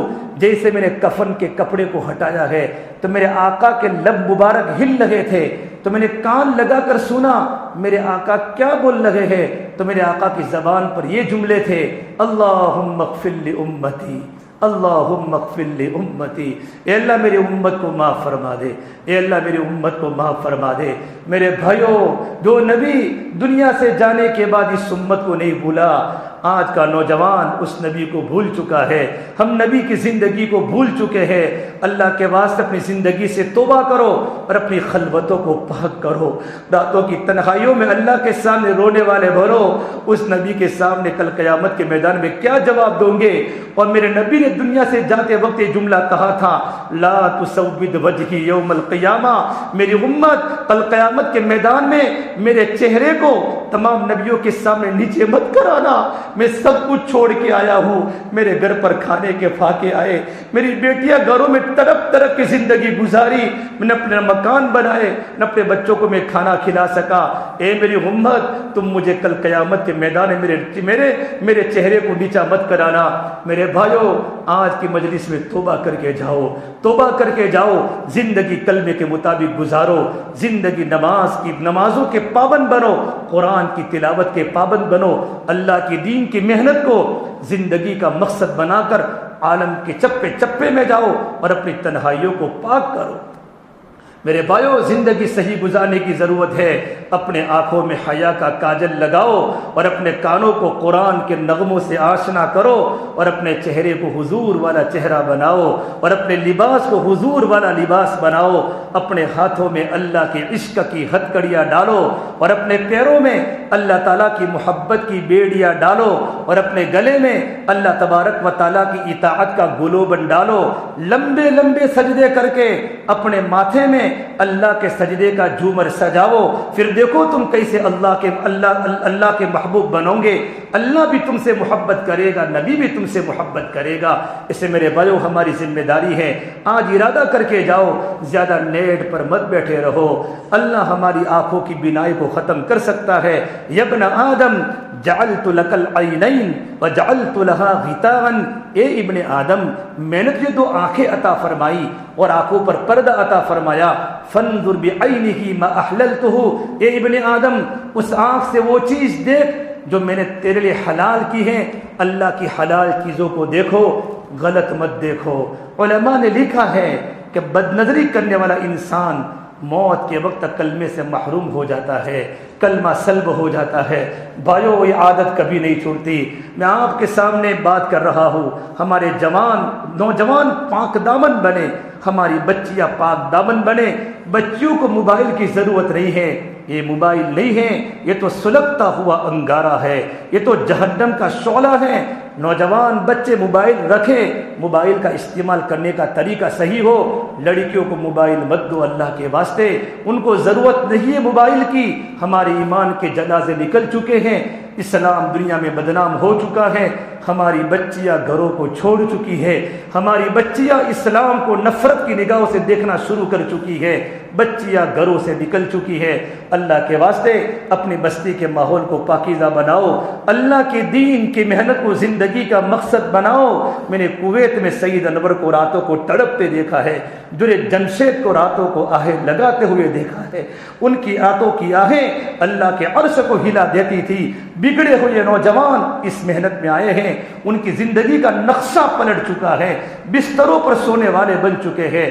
اللہ کے واسطے میرے بھائیوں، گناہوں سے اپنے آپ کو بچا کر زندگی اللہ کے دین کی محنت پر ڈالو۔ چمن کے تخت پر جس دم شہ گل کا تجمل تھا، ہزاروں بلبلوں کی فوج تھی، ایک شور تھا گل تھا، جب آئے دن خزاں کے کچھ نہ تھا، جوز خار گلشن میں بنا تھا باغباں رو رو، یہاں گنچا یہاں گل تھا۔ میرے اور آپ کی حالت اس چمن کے مالی کی طرح ہو چکی ہے۔ چمن خشک ہو چکا ہے، چمن کے پھل کوئی چرا کے لے گیا ہے، چمن کے پھول سوکھ چکے ہیں، چمن کا باغباں گھر میں سو رہا ہے۔ ادھر ادھر کی بات نہ کر، بتا مجھے قافلہ کیوں لوٹا، مجھے رہزنوں سے گلا نہیں، تیری رہبری کا سوال ہے۔ ماں باپ کو یہ نہیں پتا جوان بچی کہاں جا رہی ہے، جوان لڑکا کہاں جا رہا ہے، راتوں کو کیا کیا دیکھ رہا ہے۔ ماں باپ کو اپنی اولاد کی تربیت کرنے کی ضرورت ہے۔ اس کا آسان علاج گھروں میں تعلیم زندہ کرو. ہمارے گھر میں تعلیم زندہ ہو, 6 صفات کے مذاکرے ہمارے گھروں میں ہو رہے ہو, بچوں میں عمل کا شوق پیدا ہوگا. عمر صاحب پالم پوری فرماتے تھے اگر گھروں میں تعلیم کے حلقے شروع نہ کیے گھر پر رہتے ہوئے بھی بے گھر ہو جاؤں گے. اور یوں فرماتے تھے گھر میں تعلیم زندہ نہ کی ہمارے گھر میں وہ سارے کے سارے کام ہوں گے جو یہود و نصارہ کے گھروں میں ہوتے ہیں, اور ہمیں پتہ بھی نہیں ہوگا. ہمارے احمد آباد میں کتنے نوجوان ملتے ہیں جو ملحد بن چکے ہیں, موبائل دیکھتے دیکھتے خدا کے بھی انکار کر چکے ہیں. بھائیو زیادہ اپنے آپ کو قرآن سے دل لگاؤ. اڑتی جوانیاں مت دیکھو, اٹھتے جنازے دیکھو, شادی کی بارات مت دیکھو, موت کے ماتم دیکھو. ہم سب کو مرنا ہے اور قبر میں ایک دن جانا ہے. موت کے بعد کوئی کسی کو یاد نہیں کرتا. یہ شیر پورا کا قبرستان کے پاس سے ہمارے نوجوان گزرتے ہیں, ہاتھ میں موبائل ہوتا ہے, ایئر فون کان میں لگا ہے, بائک پر مستی کے ساتھ چل لگے ہیں, گانے سنتے سنتے. ان کو پتہ ہے میری ماں کی قبر ہے, ان کو پتہ ہے میرے ابو کی قبر ہے, میرے دادا کی قبر ہے. کسی کو فاتحہ پڑھنے کی توفیق نہیں ہوتی. حضرت عمر فرماتے تھے من مات فقد قامت قیامتہ, کہ جو دنیا سے چلا گیا اس کی تو قیامت قائم ہو چکی. اللہ کے واسطوں آگے والے دن بڑے خطرناک لگ رہے ہیں. زندگی کو صحیح گزارنے کی کوشش کرو, اہل علم کی قدر کرو, علماء نظام کو اپنا امام مانو, نوجوان اپنے بڑوں کی قدر کرے اور محبت کے ساتھ زندگی گزارو. صلہ رحمی کرو, ماں باپ کی خدمت کرو, ماں باپ کے پیروں کو دباؤ. امام شافعی رحمۃ اللہ علیہ 14 سال کی عمر میں امام شافعی بن چکے تھے. ایک سٹیٹس بن چکا تھا, ایک مقام بن چکا تھا. ہزاروں عرب اور عجم کے علماء ان کے سامنے بیٹھتے تھے. جب رات کا وقت ہوتا تھا اپنی بوڑھی اماں کے پیروں کو چومتے تھے اور اپنی بوڑھی اماں کے پیروں کو چاٹتے تھے. ان کی بوڑھی ماں فرماتی بیٹا انت امام العرب والعجم, تو عرب کا امام بن چکا, تو عجم کا امام بن چکا, تو میرے پیروں کو چاٹتا ہے. فرماتے ماں میں تمہارے پیروں کو نہیں چاٹتا, میں تو جنت کی نعمتوں کو چاٹ رہا ہوں کہ میرے اللہ نے میرے ماں کے پیروں کے نیچے جنت بنائی ہے. میرے نبی نے فرمایا کاش میری ماں ہوتی, عشاء کی نماز کا وقت ہوتا اور میری ماں مجھے یوں کہتی یا محمد, اے میرے بیٹے محمد, قطعت صلاتی وقلت لبیک یا اماں, میں اپنی نماز کو توڑ دیتی اور کہتی ماں تو کیا کہنا چاہتی ہے. اے میرے نبی نے اپنی ماں کا مقام بتایا ہے. ماں باپ کی خدمت کرو میرے بھائیوں, راتوں کو گلیوں میں مت بیٹھے رہو. ماں گھر میں تڑپ رہی ہے, ان کو سہارا دینے والا کوئی نہیں ہے. ان کے پیروں کو دباؤ, اپنے ہاتھ سے لقمہ بنا بنا کے کھلاؤ. موسیٰ علیہ السلام کا ساتھی گوشت بیچنے والا کسائی بنا, ماں کی خدمت کی بنیاد پر بنا. اور محبت سے زندگی گزارو, دولت کی بنیاد پر جھگڑے مت کرو. میرے نبی نے فرمایا میں اس آدمی کو انا زعیم ببیت فی ربد الجنہ لمن ترک المراء وان کان محقا, میں اس آدمی کو جنت کے بیچوں بیچ گھر دلانے کا ذمہ دار ہوں جو حق پر ہونے کے باوجود بھی جھگڑا چھوڑ دے. مکان میرا ہے, میرے بھائی نے لے لیا ہے. گھر میرا ہے, میرے بھائی نے قبضہ کیا ہے. میرے نبی نے فرمایا حق پر ہونے کے باوجود بھی جھگڑا چھوڑ دے, میں اس کو جنت کے بیچ میں گھر دلانے کا ذمہ دار ہوں. ایک ہی کھلیان میں کھیلنے والے 2 بھائی, ایک ہی ماں کی چھاتی کا دودھ پینے والے 2 بھائی 2 بہنیں, چند پیسوں کی بنیاد پر, چند روپیوں کی بنیاد پر بھائی بھائی سے نہیں بولتا, بھائی بہن سے نہیں بولتا, بہن بھائی سے نہیں بولتی. گھر ٹوٹ چکا ہے, گھر کے ٹکڑے ٹکڑے ہو چکے ہیں. اللہ کے واسطے معاشرے کو پاکیزہ بناؤ. خاندان سے بڑھ کر کچھ نہیں ہوتا, خاندان سے بڑھ کر کچھ نہیں ہوتا. مسجدیں کتنی عمدہ بنائی آپ کے یہاں, ہمارے گھر بھی عمدہ ہو جائے. گھر دیواروں سے اور گھر اچھی اچھی عمارت سے اچھے نہیں بنتے, گھر تو محبت سے اچھے بنتے ہیں. شوہر بیوی کی طرف دیکھ کر مسکراتا ہے, بیوی شوہر کی طرف دیکھ کر مسکراتی ہے, اللہ دونوں کی طرف دیکھ کر مسکراتا ہے. بیوی سے محبت کرو, ماں کی خدمت کرو، بے نیس رکھو، بیوی کی محبت میں ماں کو مت بھول جاؤ، ماں کی محبت میں بیوی کو مت بھول جاؤ۔ عجیب لمبا مضمون ہے، میرے پاس وقت نہیں ہے، کل دن میں بھی پروگرام احمد آباد میں ہمارے جوڑ ہے، ہم کو رات کو سفر بھی کرنا ہے میرے بھائی، بہت وقت نکال کے میں آپ کے پاس آیا ہوں مشغولی کی وجہ سے، اس لیے کچھ باتیں میں نے آپ کے سامنے کہی۔ اللہ مجھے بھی عمل کی توفیق دے، اللہ تعالیٰ آپ کو بھی عمل کی توفیق لے۔ ہمارے یہاں 58 ساتھی 4 مہینوں کے ہیں، 107 ساتھی چلے کے ہیں، 300 400 210 مکان ہماری مسجد کے اطراف میں ہے۔ ہمارا مسجد کا ہر ساتھی مسجد کا کھوٹا بنے، مسجد و جماعت میں بیٹھو، اللہ کے راستے میں نکلو۔ ابھی 2 جماعتیں کام کر کے آئی ہیں، اس مسجد کی 4واں کی مکمل جماعت بن جائے۔ میں بھی تشکیل نہیں کرتا، میں آپ کو ارادے کراتا ہوں، ہر نوجوان ارادہ کرے مجھے اللہ کے راستے میں 4 مہینوں میں جانا ہے، زندگی لگا دو۔ امیر الدین کرنل حیدرآبادی کینیڈا میں رہتے تھے، مولانا طارق جمیل صاحب دونوں اٹلانٹک مہاساگر میں پہنچے، جس وقت 82 میں کچھ نہیں تھا، نیٹ کا زمانہ، اور سمندر میں قدم رکھی، فرمایا یا اللہ اگر ہمیں پتہ ہو کہ آگے بھی تیرے کوئی مخلوق رہتی ہے، وہاں جا کر ہمیں اللہ کے دین کا پیغام پہنچائیں گے۔ یہ کام زبردست اللہ نے دیا ہے، کرنے والے کر رہے ہیں۔ افریقہ کے جنگلوں میں پڑوس کے ملکوں کی جماعتیں پیدل چل رہی ہے۔ میں نے محمد یوسف کو پیدل چلتے ہوئے اللہ کے راستے میں جماعت میں دیکھا ہے، کرکٹر کو۔ بھائیو یہ کام اللہ نے دیا ہے، نوجوان اللہ کے راستے میں چلے، در در کی ٹھوکریں کھاوے۔ حضرت اللہ صاحب فرماتے تھے دین میں محنت کرو، ہڈیوں کو پگھلانے والی، راتوں کو دعا کرو، دلوں کو تڑپانے والی۔ ان لک فی النہار سبحا طویلا، نبی جی آپ کو دن میں لمبا تیرنا ہے، بولو لمبا تیرنا ہے۔ یہ آیت مکی ہے، مکہ میں پانی نہیں، اللہ یوں کہتے نبی جی لمبا دوڑنا ہے، لمبا چلنا ہے، مکہ میں پانی نہیں۔ لم یکن سبحا طویلا، لم یقل مشیا طویلا، لم یقل سعیا طویلا، بل قول سبحا طویلا۔ نبی آپ کو دن میں تیرنا ہے، تیرنا ہے۔ کیوں؟ چلنے والا آرام کر سکتا ہے، دوڑنے والا آرام کر سکتا ہے، تیرنے والا آرام نہیں کر سکتا۔ نبی کام کرتے رہو، آرام نہیں ہے۔ کب تک؟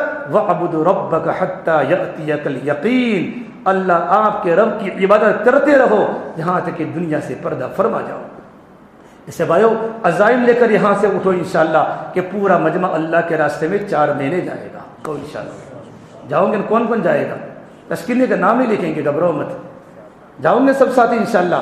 ترتیب بنا دو، مجھے 2021 میں اللہ کے راستے میں 4 مہینے جانا ہے۔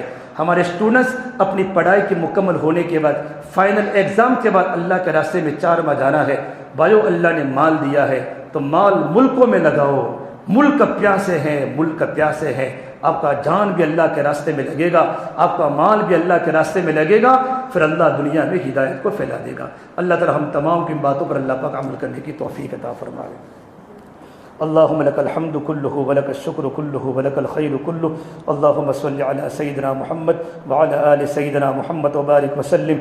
ربنا ظلمنا أنفسنا وإن لم تغفر لنا وترحمنا لنكونن من الخاسرين، لا إله إلا أنت سبحانك إني كنت من الظالمين، لا إله إلا الله الحليم الكريم، سبحان الله رب العرش العظيم، والحمد لله رب العالمين۔ نسألك موجبات رحمتك وعزائم مغفرتك والغنيمة من كل بر والسلامة من كل إثم، لا تدع لنا ذنبا إلا غفرته، ولا هما إلا فرجته، ولا ذروا إلا كشفته، ولا دينا إلا كشفته، يا حي يا قيوم برحمتك نستغيث، أصلح لنا شأننا كله ولا تكلنا إلى أنفسنا طرفة عين، يا رب لك الحمد كما ينبغي لجلال وجهك وعظيم سلطانك، اللهم إنا نسألك من الخير كله عاجله وآجله ما علمنا منها وما لم نعلم، ربنا آتنا في الدنيا حسنة وفي الآخرة حسنة وقنا عذاب النار۔ یا اللہ ہمارے گناہوں کو معاف فرما، یا اللہ خطایا سے درگزر فرما، سیئات کو حسنات سے مبدل فرما، تیرا تعلق ہم سب کو نصیب فرما، تیری ذات عالی سے ہونے کا یقین زندگی میں پیدا فرما۔ یا اللہ تو ہم سے راضی ہو جا، ہمیں اپنے آپ سے راضی فرما لے، یا اللہ تو ہمارا بن جا، تو ہمیں اپنا بنا لے۔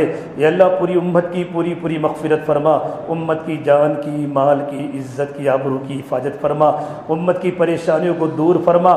یا اللہ یہ مجمع تیرے سامنے کب سے بیٹھا ہے، ان کی ہر جائید مقاصد حسنہ کو پورا فرما، ان کی نسلوں کو دین کے لیے اور دین کی محنت کے لیے قبول فرما، ان کے رزق میں برکت عطا فرما، ہر لائن کی مصیبتوں سے ان کی پوری حفاظت فرما۔ یا اللہ موت تک دین کے کام میں لگے رہنے کی توفیق مرحمت فرما، اور اس بستی میں 100% دین کا ماحول زندہ فرما، مردوں میں عورتوں میں دین کی حقیقت پیدا فرما۔ یا اللہ ہمارا ایمان کامل فرما، اخلاص کامل فرما، احسان کامل عطا فرما، پوری امت کی پوری مغفرت فرما، پوری امت کی پوری مغفرت فرما، رات کی خلوتوں کو پاک فرما، رات کی خلوتوں کو پاک فرما۔ بڑے کبیرہ گناہ کیے ہیں مولا، آنکھوں نے خوب غلط دیکھا ہے، زبان نے خوب غلط بولا ہے، کانوں نے خوب غلط سنا ہے، ہماری مولا دماغ نے غلط باتوں کو سوچا ہے، ہمارا پورا وجود تیرے نافرمانی میں پھنس چکا ہے۔ ہم گناہ کرتے رہے تو ہمیں کھانا کھلاتا رہا، ہم تیری نافرمانی کرتے رہے تو ہمیں پانی پلاتا رہا۔ اے آسمان و زمین کے پیدا کرنے والے اللہ، ہم سب پر رحم کا کرم کا معاملہ فرما، ہم سب پر رحم کا کرم کا معاملہ فرما، پوری امت کی پوری حفاظت فرما، مدارس اسلامیہ، مکاتب و قرآنیہ، دین کے مراکز کی، دین کے ٹھیوں کی پوری حفاظت فرما، اہل علم کی، اہل ذاکرین کی، اور دین کا کام کرنے والے داعیوں کی۔ یا اللہ تو پوری حفاظت فرما۔ یا اللہ جوانوں کو تیرے سامنے راتوں کو رونے والا بنا۔ یا اللہ راتوں کی خلوتوں میں نیٹ کے گناہوں سے ہماری حفاظت فرما۔ شیطان ہم پر حملہ آور ہو چکا ہے، ہمارا نفس بگڑ چکا ہے، مولا تو ہی ہمیں گناہوں سے بچا سکتا ہے، مولا ہمیں گناہوں سے بچا دے۔ ہم تیرے سامنے ارادہ کرتے ہیں پھر ہماری توبہ ٹوٹ جاتی ہے، مولا ہمیں معاف فرما دے۔ ہزاروں مجمع دنیا سے چلا گیا، اے اللہ لاک ڈاؤن میں کتنے نوجوان قبروں کے حوالے ہو گئے، ان کے چھوٹے بچے ماں باپ کے بغیر رہ گئے، مولا تو نے ہمیں تندرستی عطا فرمائی، تو نے ہمیں بچایا۔ اس تندرستی کو تیرے دین میں لگا دے، دین کی محنت میں لگا دے، ہمیں نمازوں کا پابند بنا دے، ہمیں نمازوں کا پابند بنا دے، ہمیں جماعت کا پابند بنا دے، راتوں کی خلوتوں میں اندھیروں میں رونا ہمیں آسان فرما دے۔ نوجوان راتوں کو رو رہے ہو، ماں باپ گھروں میں رو رہے ہو، ایسے گھر کے نقشے عطا فرما دے، ہمارے بچوں کو صحابہ کے بچوں جو ہے جذبہ عطا فرما دے۔ میرے مولا ہمارے صوبے کی حفاظت فرما، اس علاقے کی حفاظت فرما، دین کی محنت کرنے کے لیے مولا ہمیں قبول فرما، دیر کے لیے دور کے لیے عافیت کے ساتھ قبول فرما، پورے عالم کے حالات کو درست فرما، دنیا سے بیماریوں کو ختم فرما، پریشانیوں کو ختم فرما، تکلیفوں کو ختم فرما۔ یا اللہ دعوت کی بصیرت نصیب فرما، آپس میں اجتماعیت پیدا فرما، مزاج میں جامعیت پیدا فرما، صفات قبولیت سے ہم سب کو آراستہ فرما۔ یا اللہ صحابہ والی صفات ہمیں نصیب فرما، میرے مولا دل کی گندگیوں کو دور فرما۔ یا اللہ ہمیں نیک صورت بنا دے۔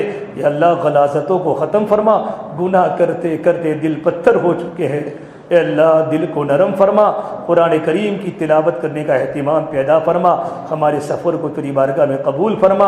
اے اللہ اخلاص کی دولت سے مالا مال فرما، شہرت اور نام و نمود کے ناپاک جذبے سے ہم سب کی پوری حفاظت فرما، نمازوں میں خشوع اور خضوع پیدا فرما، علم زندہ فرما، اہل علم کی، اہل ذاکرین کی قدر کرنے کی توفیق مرحمت فرما۔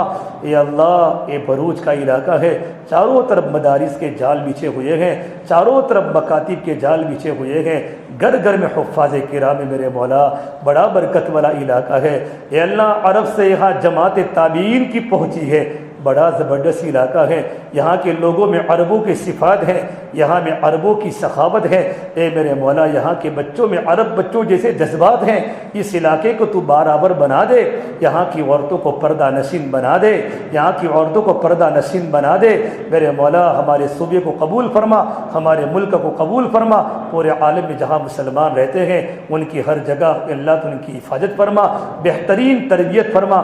کتنی جماعتیں راستے میں نکلی ہوئی ہے میرے اللہ، ان کی بہترین قربانی کو قبول فرما، ان کے بچوں کی تو پوری حفاظت فرما، ان کے کاروبار کی پوری حفاظت فرما، موت تک میں دین کے کام میں لگنا آسان فرما۔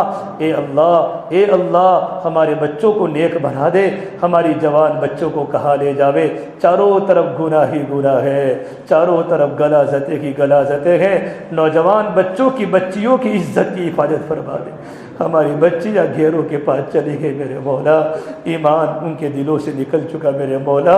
تیرے نبی ایک ایمان قبول کرتا تھا کوئی عیسائی تو صحابہ کا مجمع زور سے نعرے تکبیر بولتا تھا گویا کہ ملک فتح ہوا ہو۔ ہماری موجودگی میں ہماری بچیاں چلی گئی، ہمیں احساس بھی نہیں۔ میرے مولا ہماری بچیوں کی ایمان کی حفاظت فرما دے، ان کی عزت و آبرو کی حفاظت فرما دے۔ میرے مولا جو کہا اے اللہ ان تمام کو قبول فرما، جو باتیں کہی گئی، سنی گئی، سنائی گئی، ان تمام پر ہمیں عمل کرنے کی توفیق مرحمت فرما۔ اے اللہ جن لوگوں نے ہمیں دعا کے لیے کہا ہے، جن کا ہم پر حق ہے، میرے مولا ان تمام کی جائز مقاصد حسنہ کو پورا فرما۔ ہمارے والدین کی مغفرت فرما، بھائی بہنوں کی، گھر والوں کی، رشتہ داروں کی، ہمارے دوستوں کی، ہم سے محبت کرنے والوں کی، ہمارے ساتھیوں کی، تمام کی پوری پوری مغفرت فرما۔ ہماری دعاؤں کو اپنے فضل و کرم سے پیارے حبیب محمد مصطفیٰ صلی اللہ تبارک و تعالی علیہ وسلم کے صدقے طفیل ہم سب گنہگاروں کی دعا کو اپنی بارگاہ میں قبول فرما۔ اللہم انا نسألک من خیر ما سألک منہ نبیک محمد صلی اللہ علیہ وسلم ونعوذ بک من شر ما استعاذک منہ نبیک محمد صلی اللہ علیہ وسلم۔ جزا اللہ عنا محمدا ما هو اہلہ صلی اللہ علیہ وسلم۔ رضینا باللہ ربا وبالاسلام دینا وبمحمد نبیا صلی اللہ علیہ وسلم۔ اللہم اغفر امت محمد صلی اللہ علیہ وسلم وتجاوز عن امت محمد صلی اللہ علیہ وسلم، وصلی اللہ تعالی علی خیر خلقہ محمد وعلی آلہ وصحبہ اجمعین برحمتک یا ارحم الراحمین۔